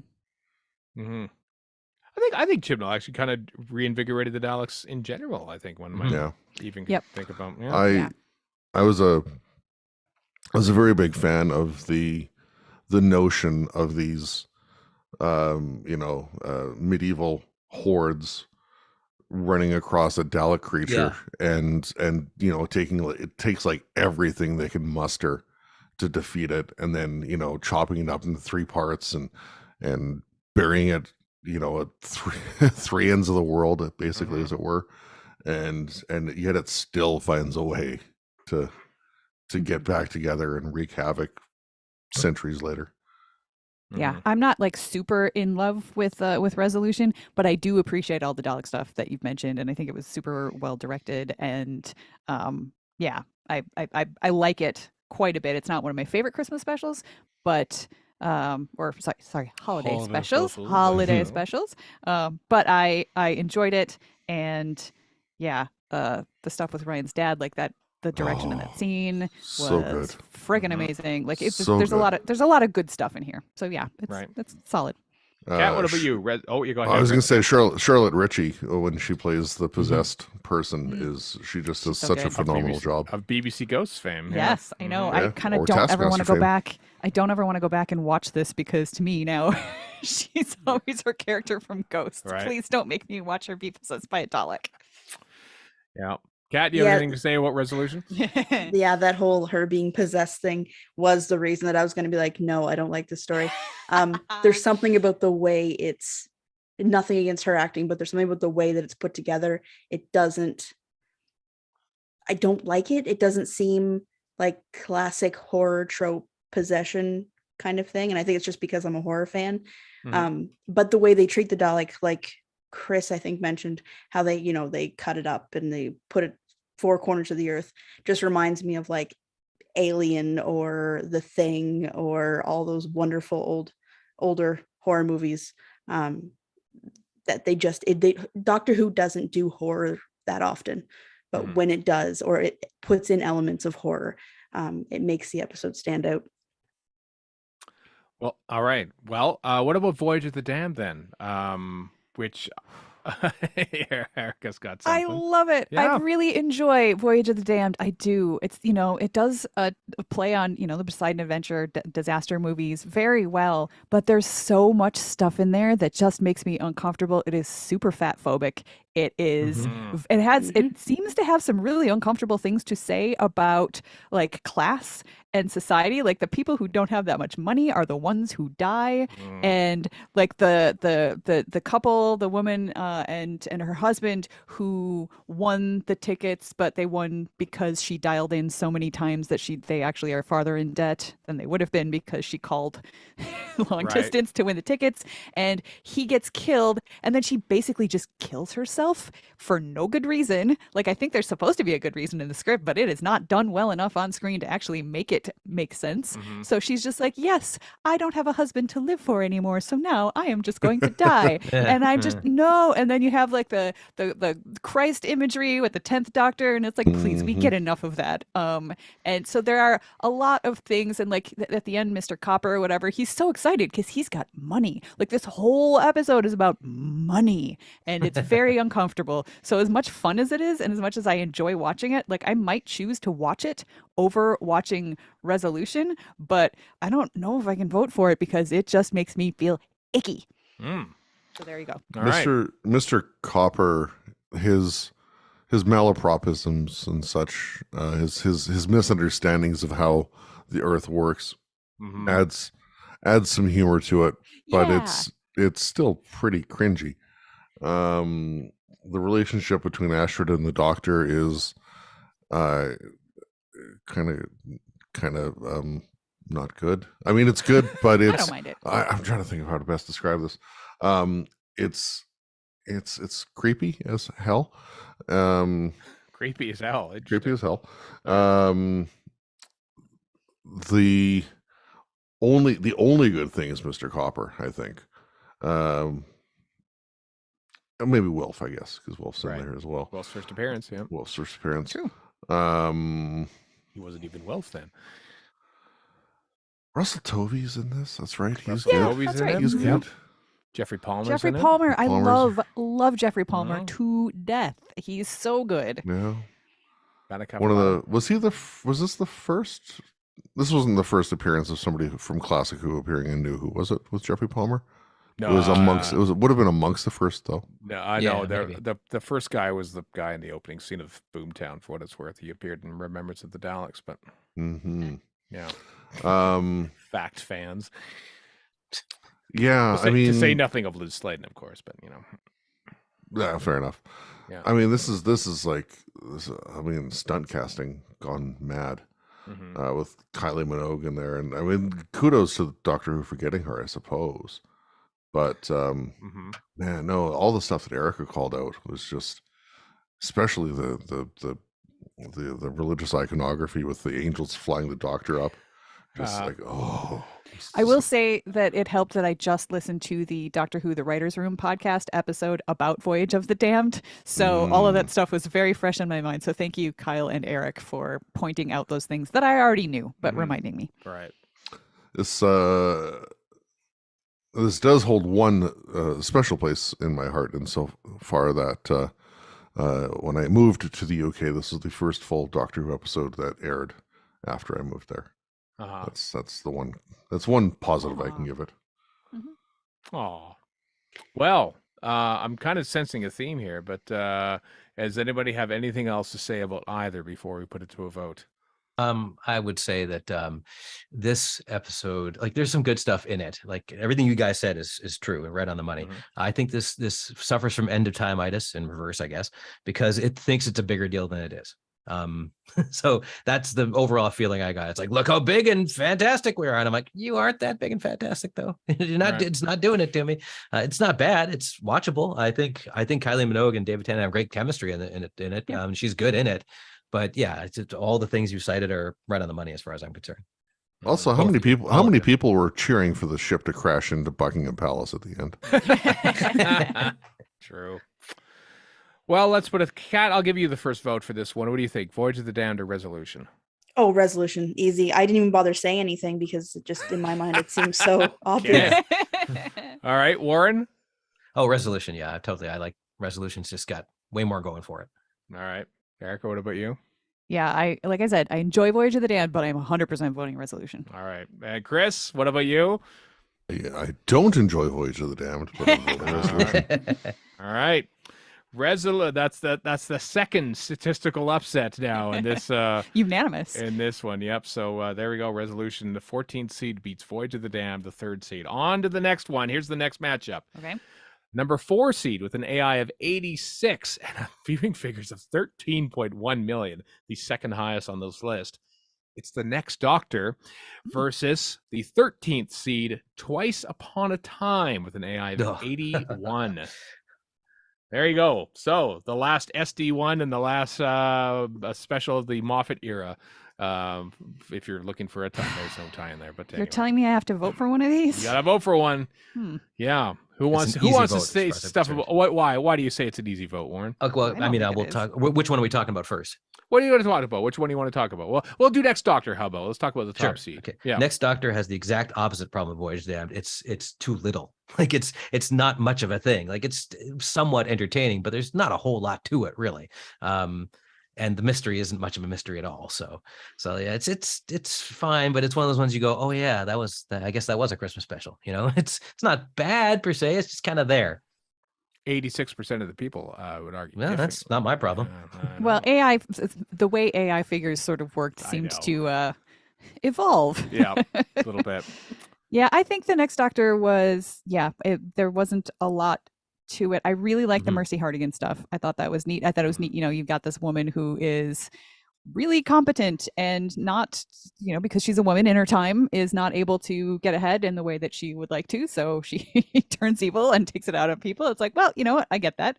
But yeah, it seemed like a big joke in terms of the title. Like they're teasing us. Oh my gosh, who's the next Doctor? Is it going to be David Morrissey? Ugh. And you learn pretty quickly on it's not going to be. Nope. So what's the point? And the way RTD and others kind of just freaking leaned into that as well in the media. It was irritating, frankly. It felt like a prank that didn't go off as well as I would like it to. There's some stuff in there that I enjoy. It's pretty. I like the the setting in the era and the snow and all that kind of stuff, and even the weird cyber shades or whatever they are, the dog things, or they're kind of silly, but whatever, that's fine. But, but yeah, I don't have a lot of great things to say about it, I'm afraid. Fans of Blackpool probably like I was fist pumping the air. Just about to say, like, that was when I saw that it was David Tennant and David Morrissey. I was like, oh my god, finally after really enjoying Blackpool far too many times, way more than is healthy. Seeing The Next Doctor was just, I enjoyed it, but like for that. And then add on top of that, you've got Victorian London at Christmas, and you have the snow, and Rosita's awesome. And you have this kind of, in my mind, this cool mystery of like, why does he think he's the Doctor? How does he know about all this stuff? And I think people take it too seriously, and they expect it to be this big, serious story, but it's just fun. And Doctor Who can be fun sometimes. I remember listening to, and I want to say it was their very first episode, the Oodcast review of The Next Doctor. And they were so blasted positive about it. And I was very much not positive about the episode. And listening to the Oodcast, and again, I want to say it was their very first one. Right. It made me, their enthusiasm for it made me want to go back and watch it again. And I didn't actually do it for a very long time after that, but still, just their enthusiasm was very infectious. But we have Andy Goddard, the director, his only Doctor Who, did a decent job in some regards, like the funeral scene, was it? Where it's like all like grays and whites and whatever, but then you've got Derval Kerwin in this crimson red dress, just starkly standing out from everything else, just looked gorgeous. Also, wasn't this the first time they showed previous footage of doctors in flashback form? Like they did the drawing Yeah. and No, in the, well, in they the had diary, they but had the Journal of Impossible Things. that's but what I yeah, mean. think But this was the might, first time you saw old footage. in the Actual show. proper footage of Yeah. Yeah. Paul McGann's doctor and everything. Yeah. and then we see it again in 11th Hour as well. Yeah. Not that long after, I guess. But yeah, this is the first time, isn't it? And But- I remember seeing Paul McGann going, "Yes, he counts. This is great." Yep. But Yeah. oh man, the Cyber Shades, like, oh, just like give me a break. And the Cyber King, oh, even worse. Cyber King's pretty stupid, I have to say. Oh my god. So I sense conflicting emotions then. What about, is there anything about Twice Upon a Time that would help people decide? The info perhaps? stamps being the way to kill the cyber. Oh no. No. I'm not done, damn it. Twice Upon a Time then. David Bradley's Doctor, Peter Capaldi's finale. Ugh. It's one of my favorites, but go ahead, Chris. Wow. I don't have good things to say about either one of these. I mean, they're All right. both, I think they both look good and are beautifully directed, but I absolutely hated the idea of testimony. I thought it was like, just as much as I hated the, please don't cremate me thing because we've taken all of the dead people from Earth and put them in a little bit of a matrix. And it's just like anytime Moffat goes in that direction, I can't stand it. So it just kind of ruined the rest of it for me. Like, yes, we get a little bit of closure with Bill and Clara, but it's not them. Or if it is them, that means this testimony thing really has gone all around the galaxy and collected literally everybody. And I think that's horrific. So that's Doctor Who doing horror as far as I'm concerned. I wanted to like the first Doctor, 12th Doctor stuff, but I think the rest of the story bothered me so much that it just soured me on those bits, and also overdoing the sexism of the first Doctor when the first Doctor, maybe William Hartnell was like that, but the first Doctor wasn't quite that bad for the most part. And like, just even if he was bringing back those parts and putting them on center stage here in the year of 2017, just really rang false. Like that was just a very, very bad choice, I think. And just I would probably rather watch the next Doctor again than Twice Upon a Time again, because it was just infuriating to me in so many ways. And part of that is because there are bits and pieces in there that I wanted to like the Mark Gatiss stuff, the World War I stuff. Like, it should be wonderful, and it's not, and that makes me upset. Yeah. I think if Hartnell's stuff didn't exist and you couldn't reference the exact level of, I don't know if misogyny is the best word, but his attitudes toward women, if you couldn't actually reference that, and Moffat was going based on like fan race memory or childhood memory or something like that, and amped up David Bradley's characterization in that way, I could forgive it a little bit more. But because we have so much of Hartnell to reference directly, that the excess of that was definitely too much and too cringe. All right. Anyone else, Chris? You have any? Well, you've had some thoughts about Twice Upon a Time. I don't know where you. I don't know where you're at right now, because Kat, Warren, you go you first, seem to but like this a lot. But yeah, yes, I do. Okay, Kat, what do you got about Twice Upon a Time? I really enjoy it. I like multi-Doctor stories. I like stories that fill in gaps from the classic series like this one does. I honestly, when other people were talking about things they didn't like, I was just, I had just forgotten about those parts. And just I wish I could remembered all the good stuff. And plus it's Jodie's technically first appearance, which is good enough, like multi-Doctor and that. And you've got this kind of horror-y element. And honestly, the first Doctor, while it is grossly overstated the way he is, I think back to the 5 Doctor and that incarnation of the first Doctor, and I'm like, it's not that far off for how horrible he is. So, all right, Warren, what about you? I don't disagree intellectually with anything that anybody said against it. However, I kind of do what Kat does and just kind of bleep over the sexist, which Moffat does really lean into, and it doesn't need to. Having said all that, I think Bradley does a fantastic job of playing the first Doctor. I just kind of buy him as the first Doctor during this whole thing. I think he's much better than Richard Hurndall. That's for damn sure. Sorry, R.I.P. Richard Hurndall. But all right. I did looks great. Like Rachel Talia does a great job with it. It's all the stuff, all the recreations of the 10th planet are really cool. Like, and most importantly, everything from when they land and put Mark Gatiss back, or whatever, Lethbridge Stewart, to when the first Doctor regenerates, it wrecks me every time. I just love that part. And I'm not even a huge First Doctor fan, but seeing him regenerate just kicks me like every time. I love that part. Mark Gatiss's delivery of "Excuse me, first World Mark Gatiss is great in it too. Yeah. Like, and then the part where he's talking to the German soldier and he's kind of just basically scared because he's going to die, and then the whole thing happens with Armistice. All of that is just great as far as I'm concerned, and it's a low key way to end a regeneration, which I kind of like. Is there's nothing wrong with big noisy ones like Power of the Doctor or whatever, but it's kind of nice to have this be the way it just kind of slides on out. I think that was a really nice way to do it. I enjoy the greatest hits aspect, or the nostalgia aspect of this, with like bringing back Clara, Nardole, and Bill, and Rusty, and I do appreciate the Rusty payoff. The other ones can fall off a cliff, but yay Rusty. One more thing, the little thing where not Bill asks the first Doctor why he left Gallifrey. That whole section is fantastic. Like, it's just really touching and interesting. You're like, oh, we're gonna hear some lore here, which then is flushed down the toilet by the timeless child. Never mind, but whatever. Not necessarily. Well, I'm intrigued by this vote. I'm legitimately curious of which way it's going to go. Warren, I'll give you the first vote because I kind of sense where it is. It's Twice Upon a Time. Yeah, Twice Upon a Time. All right. Who hasn't? Who's got? Chris, we'll go with you. What about you?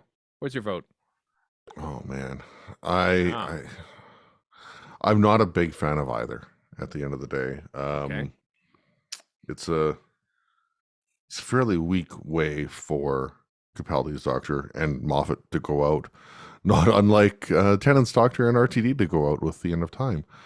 But unlike the End of Time, I have to vote for Twice Upon a Time because I just can't vote for the next Doctor. All right, Erica. I want to echo basically everything that Chris just said. I had forgotten my first thought when you mentioned the two stories was that Twice Upon a Time does remind me of the End of Time in a little bit of a way, but I'm still going to vote for it because I think overall it's a better, stronger story than the next Doctor. And someday I will watch it again, and I hope that I will manage to do what Kat did and forget about the stuff that I don't like, and then I will be able to sink into the feels of the rest of it. I hope. Wow. So twice upon a time. Twice then? upon a time. Yep. All right. Maybe this isn't as close as I thought. Kat, what about you? I'm gonna pick Twice Upon a Time as well, if only because in my mind the next Doctor is like one of my favorites, but I can recognize that it's not like the best. It's just gonna get, well, for one, it's not gonna go past this anyway. So I'll just say Twice Upon a Time and keep the next Doctor in my heart. And I'm probably gonna Chris will have to sit through it because I'm probably gonna want to rewatch it fairly soon. Right. Well, we have it on Blu-ray, so Yeah, I just recently watched it too. Yeah. So there's that. Well, interesting. All right. Well, so basically 4 overtime games decided that best of 7 series right there. It almost feels like because they were close, but everyone leaned towards Twice Upon a Time. 4 overtime periods in the last game. Yeah, exactly.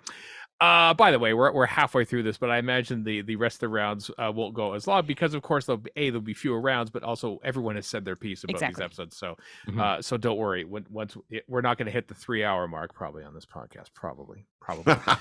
All right. Note to self: hit the 3-hour mark. Yeah. Let's see how long the debate on this one goes. The 5th seed now is with an AI of 84 and a viewing figure of 10.77 million. The Doctor, the Widow, and the Wardrobe versus the 12th seed with an AI of 82, The Wedding of River Song. Husbands of River Song. That's what I meant. I typed that wrong on mine. The Husbands of River Song. There we are. Different. Doctor, Widow, Wardrobe, Husbands of River Song. Who wants to speak up in defense of the Doctor, the Widow, and the Wardrobe? I like it. I think it's fun. It's like a Narnia-based story. It does feel a little bit slight, and there's some silliness in there. Like, I don't care about the comedy duo in their robot suits, but the delight that the 11th Doctor has in this house that he has created for this family and these children, and like, a tap that runs lemonade, and it's just... it's just so sweet. I think it is wonderful. I get really annoyed about some of the bits about like being a mother makes such a big difference, and it's like yes, it does in some ways, but it's a little bit hammered home a little hard. I don't know. I like it quite a bit. I didn't at first, and watching it again and again has sort of brought it up in my estimation. So I think it is a lovely, sweet story that I enjoy watching around Christmas. Right. Anyone else as big a fan of Dr. Widow Wardrobe as Erica is? Doctor the Widow in the Wardrobe was the first day and date broadcast that we got that's over here. That's your lodestone. I think because we didn't get Christmas Carol on Christmas Day, did we? Oh, I don't remember, Chris. Well, I don't downloaded remember it Christmas Day. It might have been but- Boxing Day. They might have, yeah, I know that. Yeah, it didn't matter for us. I'm not a fan of the C.S. Lewis books. All the Christian stuff can go die in a fire. Yep. So Christians didn't. I'm Roman predisposed to dislike Doctor Widow Wardrobe as a result. Mhm. Erica's not wrong. It's got some. The whimsy of it is. It's good. Like it fits. It fits the Christmas motif in a way that Husbands of River Song maybe doesn't. True. But at the end of the day,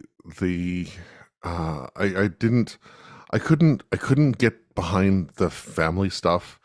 I mean, Alexander Armstrong is in this. He's he's Mr. Smith for Kermity's sake, Right. and I couldn't care. I didn't care about the kids. Right. Bill Bailey. I'm a massive Bill Bailey fan. Yeah, He was yeah, so freaking wasted in this. It's not he even really is. not even funny. Yeah. I don't know. And the tree people were just, I mean, okay, fine. They looked cool and stuff, but I don't know. The doctor, the whole story just, I think, just rubbed me the whole wrong way. And it's not a favorite. No. Right. I do like the Chris. end too when Sorry, the go ahead. doctor shows up to join Amy and Rory for dinner. Like that is a lovely, sweet touch at the end of it. And they've been saving a place for him all the way along. Yeah. And it might have also been nice if they were in the rest of the stupid episode. True. Warren, you had like something? Chris, like Chris, I at first viewing I disliked it intensely. Just I felt kind of let down by this slight Moffat thing, which doesn't make any sense given my twice by time comments, but whatever. But on further viewings, it's fine. But that's all it is. It's just fine. Like it's just kind of there as far as I'm concerned. Mm-hmm. Kat, what about you? Widow Wardrobe. To avoid the amount of lambasting I want to do with Husbands of River Song, I'll just say that this story, I think it's cute and it's fun, and it does a lot of the C.S. Lewis stuff without the overt Christianity. Kind of like, his Dark Materials does all that stuff better than C.S. Lewis does, and has a lot of really good bits, but I still would rather watch a lot of other stories than that story. But when it comes to these two, I have to put all my weight behind Widow Wardrobe. Well, what about Husbands of River Song then? Peter Capaldi's just said goodbye to Clara, and now it's just this episode with River Song and a holiday special. Erica has a look on her face. I don't. I know so many people that just absolutely adore this story, and it did not hit with me at all. I mean, maybe because I've never been a fan of River as a character all that much. I mean, she sort of grew on me more toward the end of the Matt Smith era, and I do appreciate the scene with the 12th Doctor saying hello sweetie and her being like, oh, like that's a nice moment, but nothing else in the rest of the story is anything that I am interested in. I hated Nardole at first. Like I ended up liking him in the next season when he's completely different.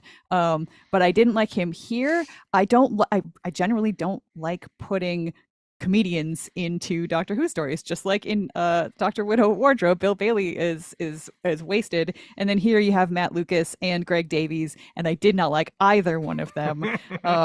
It just, you get the weird guys with the heads that open, which is just kind of gross, and it also like sort of hammers home the fact that River Song has done some really, really horrible, awful things when they're talking about how, oh yes, you don't even get in this room unless you're a planet killer or whatever. And I was like, I don't want to remember that. And then I guess it's nice that they get their one last night together and that it's a cheat that it's 24 years long. And she has a beautiful spray on dress and stuff, but this one just did not land for me. So I'm really, really struggling. I'm taking away that like whatever I vote for in this round, I get to vote against it probably next round. So that's how I'm thinking about it. In this house, we were massive Greg Davis fans. Mm-hmm. He is not put to good use in this. From Taskmaster is what he is famous for. Among others, among many other In-Betweeners things, too, yes. right? And if I'm thinking the right guy. Yeah. But the guy who plays Ramon, I do like him. Right. All right, Warren, do you have something there? I want to support the Husbands of River Song. I really enjoyed its rompiness, its funness, the running around, her being in charge and leading the 12 around and him just kind of playing the fool about it. That's all a lot of fun as far as I'm concerned. Yeah, there's some bits and pieces I don't like, but did I go see it in the theater and did I cry like a little baby at the end? Yes, I did. So I love that part at the end. And I'm also a sucker for any time Moffat ties up loose ends, and he did that with this. So I also do like the notion that River will just steal the Doctor's TARDIS at will without him ever having and noticed. Booze Cabinet, like come and on. the Booze Cabinet, sure. And also kudos, Stephen, for doing your thing with Douglas McKinnon when there was no commentary on the DVD on this podcast. But we did one, and the only one. The only director's commentary that exists, as far as we know, is the Radio Free episode, Radio Free Skaro episode, where we did it. Yeah, Kat, what say you about Husbands River Song? It's horrible, just like every other River Song episode is horrible. Man, and I can't. I can't. I'm dying on this hill, I guess. Oh, yeah. It's Christmas, Kat. Calm down. But right. I can't with her. Never Although down, she Kat, does, she does get her sonic screwdriver, I think. Yes. This episode. Yeah. But yeah, please no. Just All right. Well, I'll tell you what, Kat. Just to get your vote out of the way first, which way are you leaning? Dr. Widow Wardrobe or Husbands of River Song? Dr. Widow Wardrobe. Right. Chris, how about you? I don't want to vote for either.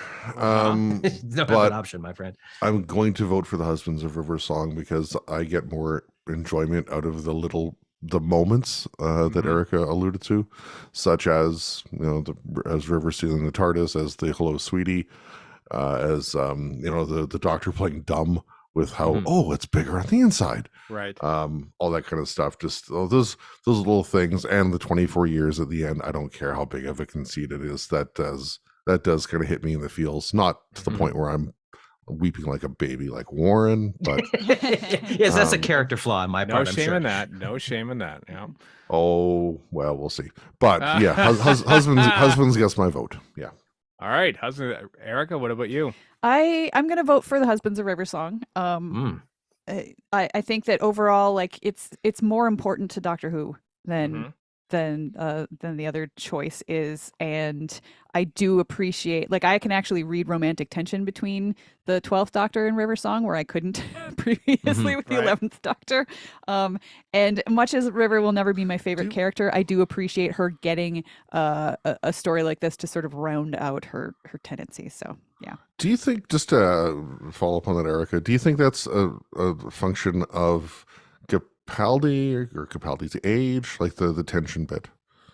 I think it's Capaldi's doctor, because Matt Smith's doctor is very like, I don't really understand you strange humans. I'm just going to be a little bit wacky. What is this kissing thing? I just don't. Yeah. So it's not like whereas the 12th Doctor has seen some things. He's much more, and not like in an age way, because as we know, the 11th Doctor seemed like one of the oldest doctors we've ever had. But it's more just he's more down to earth and mellow, and he's the doctor that's grappling with, who am I? Am I a good man? Sort of a thing. And I think that is, for me, better in a romantic lead than wacky, happy-go-lucky, dancing like a giraffe sort of fella. Cool. Oh, all right, Warren. What about you? Oh, I'm 2-1 right now for Husbands. Husbands, okay. Husbands of River Song. No question there. All right. So Husbands Husbands of River Song moves on. We've had the only top seed in this whole round is one so far. It's a Snowman. It's all been upsets after this. That's because AI is bunk. It is a bit bunk, and I think and we haven't got to Christmas Carol yet, so we haven't got there yet, but we will later. But not this round. This next round then is the 6th seed, the original, the Christmas Invasion with an AI of 84, facing off against the only Doctor Who episode of 2016, The Return of Dr. Mysterio. Chris, do you have talk about the Christmas Invasion? That's the first one. What do you say about that one? Oh man, okay. Where to start? We watched this not that long ago. I can't remember why. Miniscope. James Hawes' Miniscope, I think. Yeah, Miniscope. Yeah. That's what it was. I've never been much of a fan of the Christmas Invasion on the whole, I don't think. There's a lot of it that has just really rubbed me the wrong way, between things like Tennant only really being in half the episode, and the Sycorax are really, really lame ducks. I mean, on purpose. It's not like they're trying to be grandiose and failing. Well, actually, they kind of are. But I mean, they're lame ducks on purpose, and I don't know. I don't care for that. Unit is just also really lame duckish. I don't hate Rose trying to like be the Doctor and kind of failing and all that kind of stuff. Downfall of Harriet Jones. She did get too big for her britches, so she had it coming. Spinning Christmas tree? No, just go away. All right. Sorry, stream of consciousness stuff here. So I should have asked if you were going to defend it, but obviously you're not here to defend it. I'm not sure what there is to defend. Quite honestly, I mean, Santa's were okay. Other than no, maybe not. I don't know. Well, does anyone else have anything nice to say about the Christmas Invasion that Chris obviously doesn't have it? It gives Rose some nice moments, like the Doctor is out of commission, That's which true. yes, annoying, but that gives Rose the opportunity to sort of stand up and be the Doctor herself as much as she can. Right. It doesn't pay off real great, but at least she gets those moments. There you go. That's my nice thing to say about this story. Wow. Can I talk about a metatextual thing that I don't like about the Christmas Invasion? Sure. Don't you think she looks tired is fine? It works fine in the story itself. I am sick and tired of hearing it anytime there's a political problem in the UK. Right. Please use any other line, nerds. Please, I'm begging you. Right. And it was spawned in this episode. Kat, what about you? Christmas Invasion. Do you have any, do you defend it? Is it defended? No, never. But I will say, for Right. a positive slant, Right. the robot killer Santas are, if I'm remembering correctly, are creepy and good. And there's something about Christmas Invasion, just maybe it's the way it's shot, maybe it's the way it's like cut together, but it really reminds me of the Christmas episodes of Mr. Bean. And I mean that in like the highest praise possible, because I love those Christmas specials so much. But just the way it's cut together, it reminds me of that in a good way. But otherwise, it's a horrible story. If the Mr. Bean Christmas special was on here, it might be winning the whole thing if I was voting for it too. Well, maybe if Rose had a turkey on her head. Yeah, exactly. Yeah. What else does he have two of? Says Jackie. I'm kind of sensing how this one's going, but the return of Dr. Mysterio. Before I throw it open to Erica, who I know will say things great about this, does anybody have things to say about the return of Dr. Mysterio? The line, "I brought snacks, sign of a pro." It's always stuck with me for some reason. I don't know why. It's fun. Like it's fun, silly comic book nonsense, which Doctor Who doesn't do a hell of a lot of, which is and it is basically based on Richard Donner's Superman, one of the greatest films, not just superhero films, one of the greatest films ever made. Right. So I will go with it for that reason. All right. Anyone else, not including Erica? I love Justin Chatwin in this so much. And Charity Wakefield for that matter as well. Their chemistry together is just so phenomenal, and she is just fantastic. And the Doctor with them is great, and I don't. It's comic booky. It's not even Christmassy really, and I don't care. I mean, Doctor, her Husbands of River Song, not even really Christmassy. Still didn't care. Voted for it. Right. Nardle's back, and yeah, meh. I mean, Yeah. eh. All right. Nardle's better in this than he was in Husbands, I Yep. guess. Mhm.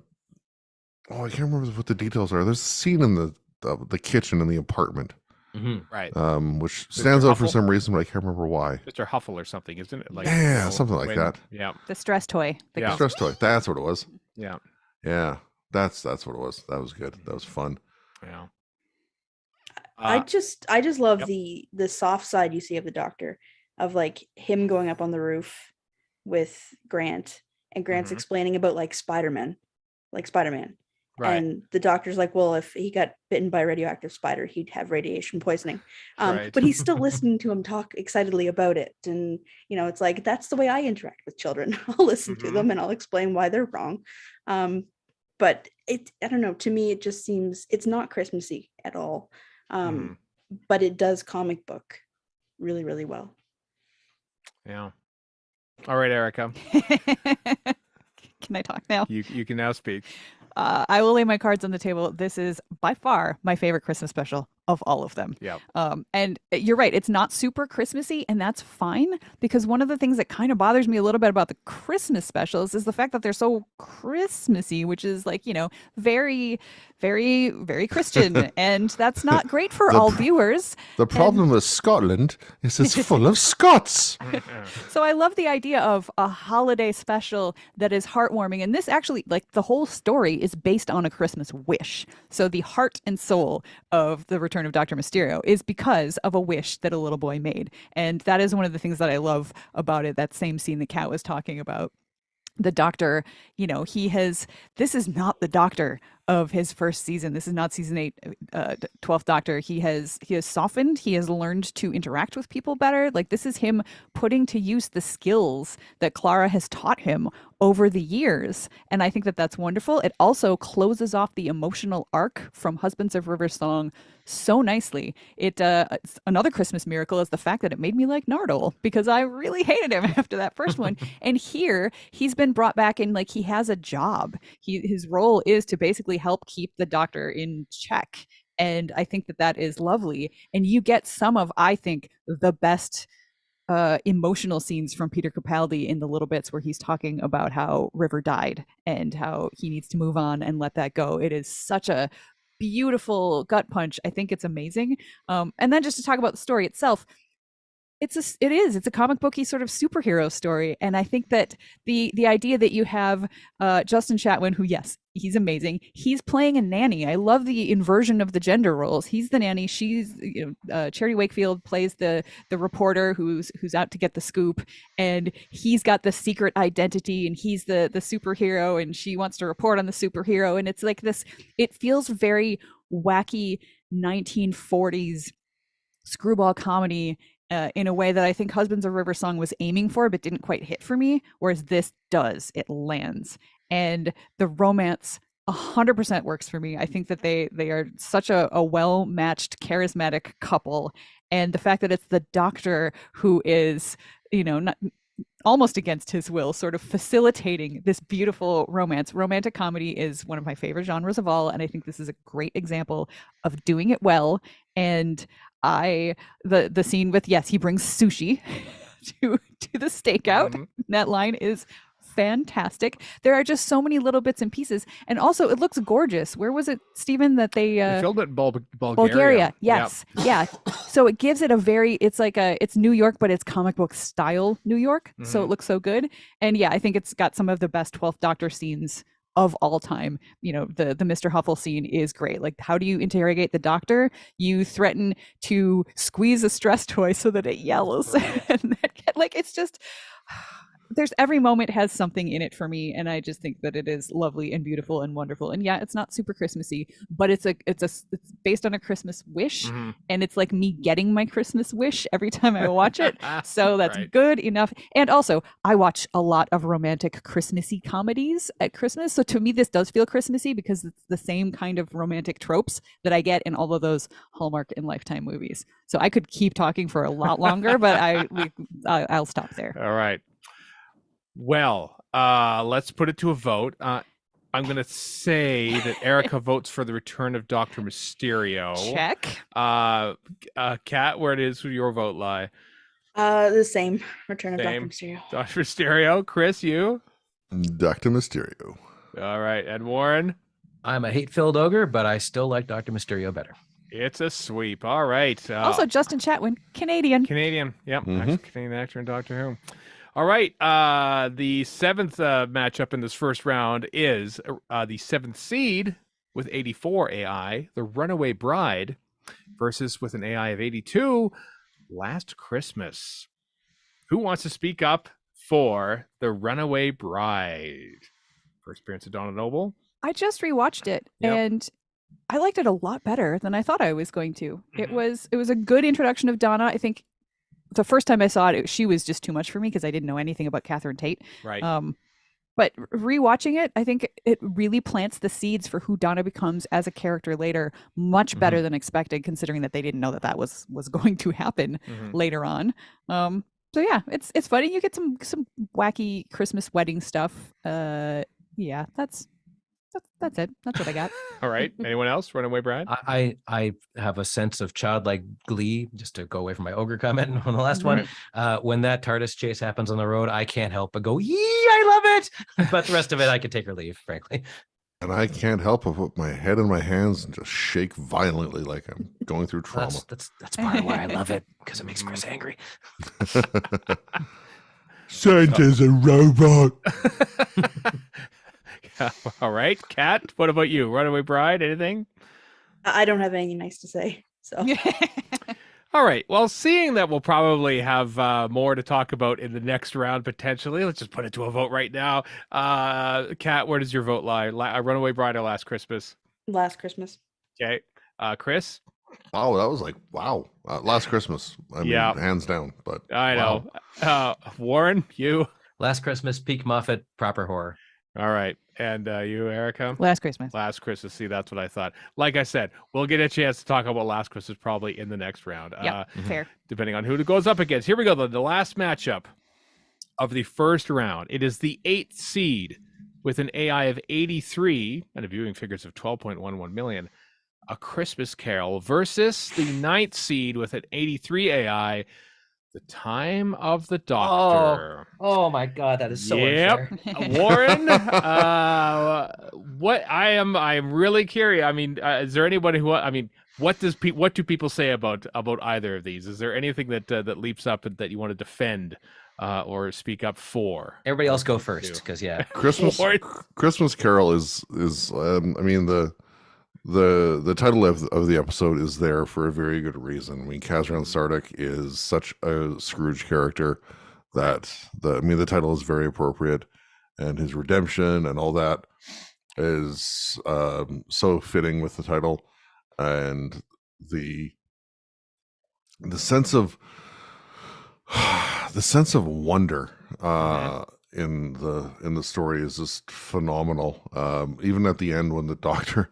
When Catherine Jenkins and young Kazran are getting ready to kiss and stuff like that, and the Doctor's like, he doesn't even have the social cues to leave until eventually he figures out. He's like, I'll just go over there. Right. But like the flying sharks and the fish around the lights, and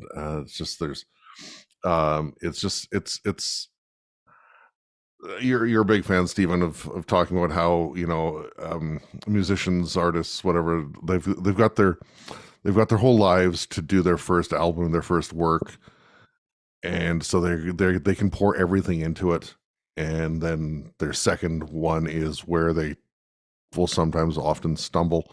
And that's where that's exactly what happened with Moffat. Is he's had however long to do his first Christmas special, which is this, and the second one suffers a lot comparatively. Yep.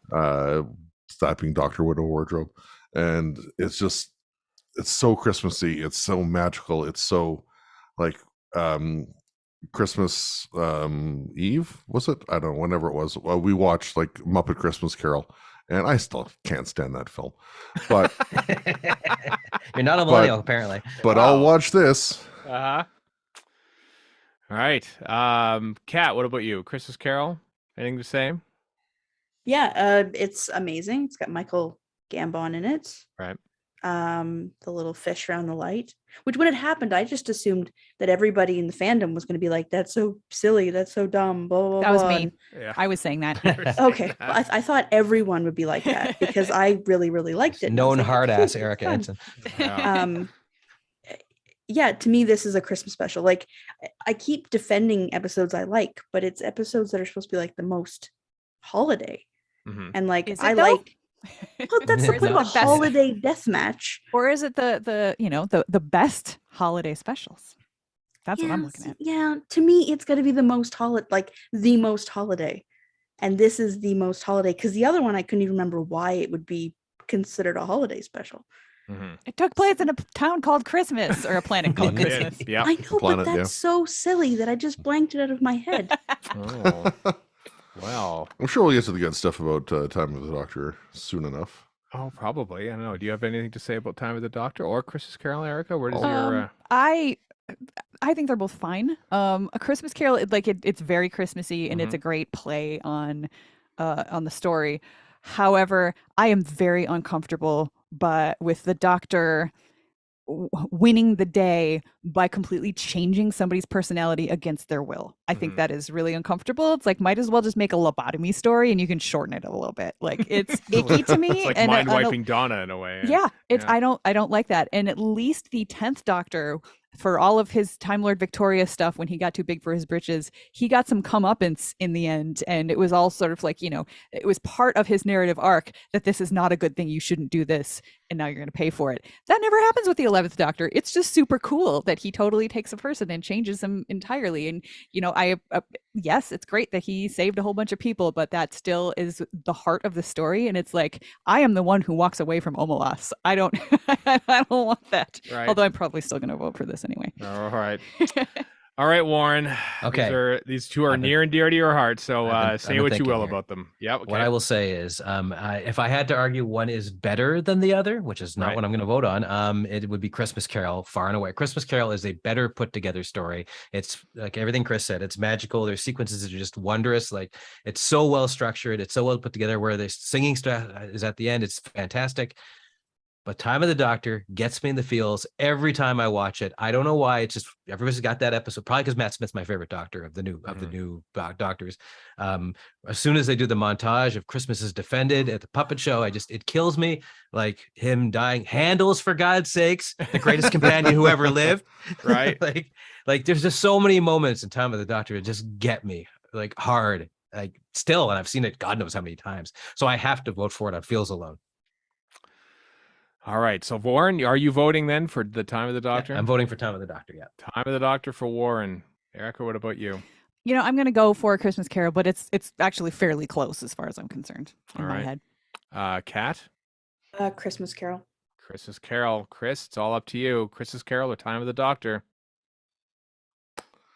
It's a tough one. 8th, 9th seed, I tell you. Tough matchup. It is really a tough one.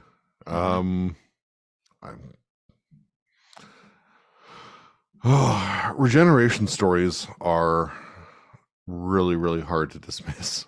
Yeah, they're special. Because they only come along so infrequently, and with the one obvious exception, are usually very, very good, very powerful, and man, yeah, this is definitely the hardest of the lot. In the first round, anyway. In the first round, yeah, so far. I also had Clara's grandmother looking at like naked Matt Smith. That's great. No, that part is great. Her little speech afterwards is great. Shiza. You know Apologies what, to our German Stephen? You haven't listeners. done anything yet. I'm going to go vote for Time of the Doctor just to put you to work. All right. Make you the bad guy or the good guy. 2-2 tiebreaker vote goes to me. I got to go with the Christmas Carol. It is the Christmassy of Christmas specials. It is just I think it's just a brilliant Stephen Moffat twist to a classic tale. So yeah, I'm going with that one. Thanks for putting me to work, Chris. But I like both. I mean, I like all Doctor Who. Let's face it. But yeah, so I'm giving it to A Christmas Carol. So it wins. It's only the second of two top seeds in a round to actually win. Wow. In this thing. So so while I calculate the rest of the matchups, one matchup here is assured, and that is that the number 1 seed is now the second overall, the Snowmen, going up against the 16th overall, Eve of the Daleks. Snowmen or Eve of the Daleks? Where do people's sentiments lie here? Yeah.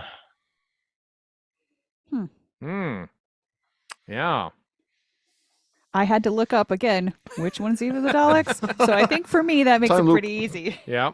Time Time loop. loop 1. Yeah. It's a good iterative story. It would be weird for me to vote against an iterative story. But Clara, in and of herself, is kind of an iterative companion. So therefore, I feel like I'm not betraying my soul and my mores if I stick with a snowman. Okay. So we got one vote for. I'm voting snowman. Snowman. Yeah. Erica's voting for snowman. Anybody else Hard. have a vote that was right a now? hard choice though. Yeah, I'll go snowman. I'll go snowman. Snowman 2 for Warren. All right. It is a hard choice. I agree.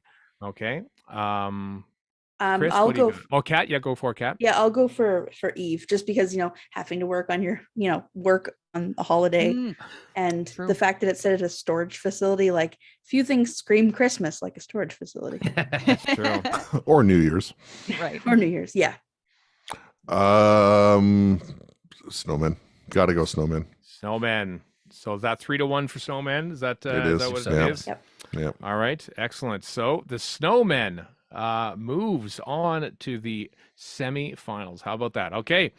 The second matchup in the second seed for this second round is A Christmas Carol versus Resolution.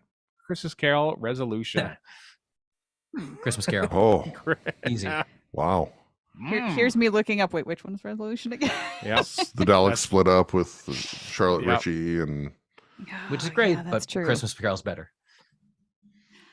You know what? I'm going to go for resolution because I like the reinvention of the Daleks. I like the fact that it is a New Year's Eve special that has some New Year's Eviness to it, like it's mentioned a little bit there. Yep. Yeah, and it doesn't have something icky at the heart of it to make me feel gross at the end of the episode. All right. 1-1. Chris, what about you? Christmas Carol or Resolution? I'm going to defer to my better half and ask her to vote first. Kat? Chris is being a coward. Go for it. Yep. Christmas Carol, because I don't like the Dalek reinvention. All right. Okay, then, Chris. There you go. Kat did not buy you much time to. No, to no, and I'm really remiss to vote against Christmas Carol a second time because I didn't find it easy to vote against it last time. But Resolution, in a lot of ways, is just so good. Yeah. The possession by the Dalek of Charlotte Ritchie, the stuff between Ryan and his dad in the cafe is just so phenomenal. I mean, you could put Steven to work again, and he'd probably just vote for A Christmas Carol again. I'm not leaning one way or the other. I know. I'm just guessing. I have to go Christmas Carol. I have to. Carol. Fair. I have to. 3-1. It's a very good story. It is a very good story. It is. It is. It's a very, very good story. Yep. Christmas Carol moves on. All right. The next matchup in the quarterfinals here.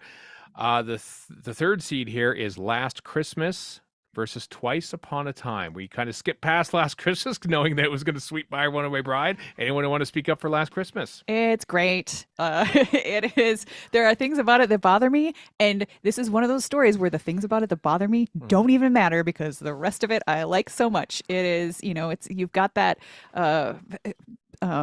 horror-esque, it's The Thing, it's Alien, everybody's trapped on a base, except then are they? And they, you wrap in the nature of reality sort of stuff, which is another thing that I really like. You get dancing to a Christmas song in order to get through a thing, which is delightful. You get the doctor being like, you have a horror movie called Alien. Well, that's just rude. No wonder you keep getting invaded. There are some amazing lines. There's face huggers. There's the sleigh ride at the end, which is just so touching as all the people are disappearing. I have very, very mixed feelings about the end, where Clara has grown old and lived without the doctor, which may or may not have been intended as her original ending, and the way that it comes back together. And is Santa actually real? I don't want to think about that. I'm just enjoying the ride. I love that story so much. Santa Claus played by Nick frickin' Frost. Right. Yeah, that's pretty great. I have to agree. Perfection. Mm-hmm. We've had Simon Pegg, and now we have the other half of the cornetto. Yep. Pair. All right. Anyone else have anything to say about Last Christmas? I think Erica summed it up pretty well. Yeah. And much as I do love Twice Upon a Time, and I like it more than Last Christmas is the better one. So I'm going completely against my Christmas Carol dichotomy. I'm going to say Last Christmas. Okay. It's also nice to see Dan Starkey not in layers of makeup. True. Yeah. True. Yeah. Yeah. All right. Well, let's put it to a vote then. Erica, you said Last Christmas. Last Christmas. Warren, I think you voted Last there Christmas. too. Yeah. Last Christmas. Chris, What was the Last Christmas versus what now? Twice Upon a Time. Last Christmas. Last Christmas it is. And Kat, just to make it official, Last Christmas. Last Christmas goes to a 4-0 sweep. All right. The last matchup in the quarterfinals, the return of Dr. Mysterio versus the Husbands of River Song. Damn. Return of Dr. Mysterio. It closes off the Husbands of River Song stuff in a way, and it's a nice capper. And I'm not a huge fan of Husbands anyway, so I'll just put my vote out there right now because it's pretty obvious. Is voting for Mysterio. I will throw my vote behind Mysterio quite happily there as well. Okay. As will I. All right, Warren. Dark horse here. I'm going to go Husbands. It's more fun to me. All right. Yep, that's fine. That's fine. Your vote is noted and ignored because as usual. Return of Dr. Mysterio moves on. Here we go, folks. Now it's 1 versus 4. It's the Snowmen versus the Return of Dr. Mysterio. Well, I'll just vote right away because, as I said, Return of Dr. Mysterio, it's my favorite. Snowman has a lot of things in it that I like, but I went on at length already about why I'm voting Mysterio. Okay. Return of Dr. Okay. Anybody else? Snowman or Return of Dr. Mysterio? Snowman. We got 1-1. Okay. Definitely Mysterio. Mysterio. Sorry, Stephen. Voting Snowman. You're up. You're tiebreaker. Ooh. I would just like to remind you of the lovely Lifetime movie, A Plan for Christmas, which I make you watch every year. It's basically the Return of Dr. Mysterio. It is. I would like to correct that and say there's no such thing as a lovely Lifetime movie. So you're wrong. With with a female lead who reminds me very much of Billie Piper. Oh boy. So I'm choosing between the Return of Dr. Mysterio and the Snowmen. Man. Yours is the sole Talk it through. Talk it out. Binding choice. What do you like about each one? Tell us. Yeah, well, I mean, it's fun. I mean, it amuses me because the personal connection that the Snowman has with the Verity thing also happening, but also it was at Chicago TARDIS where Verity, you first recorded your little Verity teaser, as I recall, and there was all the chatter about the return of the Web of Fear and stuff, and that there was going to be a reference to it in the upcoming Christmas special. And there was. And I sort of think about that aspect of things as well. I really do love the return of Dr. Mysterio. Especially the ending, you know, I just like Be Happy, you know, just the way that Peter Capaldi plays that whole scene. He's wonderful in it. It's beginnings versus endings again, but it's a different kind of ending. It is. But you know what? He's thinking so hard, you guys. I really am. This is tough. This is a tough one. I really do enjoy the Snowman. I've interviewed the kids in the cast of that on stage at Chicago. Yeah, TARDIS. is that a pro or a con? I don't know. In a weird collection of people, including Annette Badland and Sunita Henry of the Time of the Doctor. So almost everyone was in a Christmas special. I mean, how will I live in this house if I don't vote for Dr. Mysterio as well? You need to vote your Be true to yourself. They and are then both pay the price of your choices. They are both very, very good. But I mean, The Snowman is wonderfully Christmassy, and there's a certain magic to it. And there's a very the patter between Matt Smith and Jenna Coleman in that, and Eyes Front Soldier and all this running up and stuff. It's very madcap. It's a madcap Christmas, but also there's a sense of magic to it all. I'm gonna go with The Snowman. I'm gonna go with The Snowman. It's very good. Return of Dr. Mysterio is very good as well. But yeah, The Snowman. That just means we get to watch that Lifetime movie that's similar to That's Dr. true. Mysterio one more time. Maybe we'll watch it at the same time and see if the plot beats time out, perhaps. But all right, you thought that was tough. Here's the tough one. The next semifinal: A Christmas Carol versus Last Christmas. It's not hard for me. Not hard for you. Nope, Erica's going to not go hard with for me Last either. Christmas. I am totally Oh, going Last Christmas. What about you, Warren? I'm going Christmas Carol. Christmas Carol, like I said, is arguably the best one as far as I'm concerned. But I still love Time of the Doctor more. But that's not a factor here. So Christmas Carol. Okay, well, split the vote there. All right. I think A Christmas Carol is about as Christmassy as they come, but I have to vote Last Christmas because it's so much fun, so enjoyable. I mean, Santa's pretty Christmassy too. Yeah. Yeah. And it's just so like the mind F aspect of the episode, like what's real, what's not. It just is just so well done that Last Christmas. Yeah, I think that's my vote. Okay. Kat, what about you? Last Christmas or A Christmas Carol? Last Christmas, because dream crabs. You know what says Christmas like dream crabs? Right. All right then. So we move on to A Christmas Carol goes down. I'm a little surprised. Finals, I know. I'm a little sad. And a little sad. Like I didn't vote for it, but I give it its due. Yep. All right. Well, here we are then. The championship round, the finale, the one and only debate about the greatest holiday special ever. There will never be another discussion about this. So vote with that on your conscience. It is The Snowmen versus Last Christmas. Who wants to vote first? Who wants to place their vote? I'm gonna say Last Christmas. Last Christmas. Yeah. Last Christmas. Warren says Last Christmas. I also say Last Christmas. All right, Chris, go for it. Make it Doesn't official. matter. But you still have to say something. Still have to say something. Oh man, I think I might have to make it unanimous. Yeah, Last Christmas. I too will make it unanimous. Aww. I watched 3 or 4 years ago, I can't remember, whenever there were exactly 12 Doctor Who Christmas specials, I watched all 12 leading up to Christmas Day, and I was expecting to adore A Christmas Carol and have that be my top one, and it was until I saw Last Christmas again, and I thought, this is amazingly good. And the ending, because Jenna Coleman was totally going to leave, and then they wrote that in very quickly at the very end, and it's so earned, that ending, that it was just delightful. And then only in the last couple of months have we actually seen The Thing, for me, for the first. That's right. Both of us saw it for the the first time. Yep. I also watched it for the first time a week or two ago, and I utterly loathed it. How dare you? How dare you? John Carpenter's not even dead. He's spinning in his grave. Yeah. That's what I said. Yeah.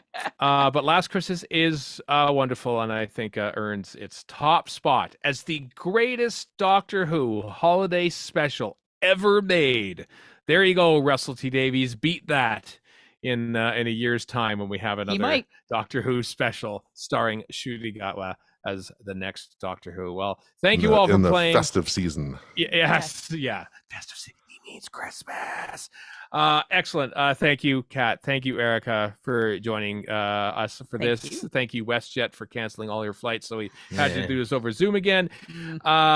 Next week we'll have a lighter episode because there won't be as much news going on. So we're going to present our pre-banked commentary for Knock Knock, everyone's second favorite Doctor Who Christmas special. Pre-bank. Yeah, so that'll be coming next week as we take a little bit of a time off before the new year in 2023, the year of the 60th anniversary of Doctor Who. So until next time, I am Stephen in Edmonton. Warren in Vancouver. Chris in Edmonton. Kat in Edmonton. And Erica in Edmonton. So long for now. Yay! Hooray! Okay, I'm only half surprised by that outcome.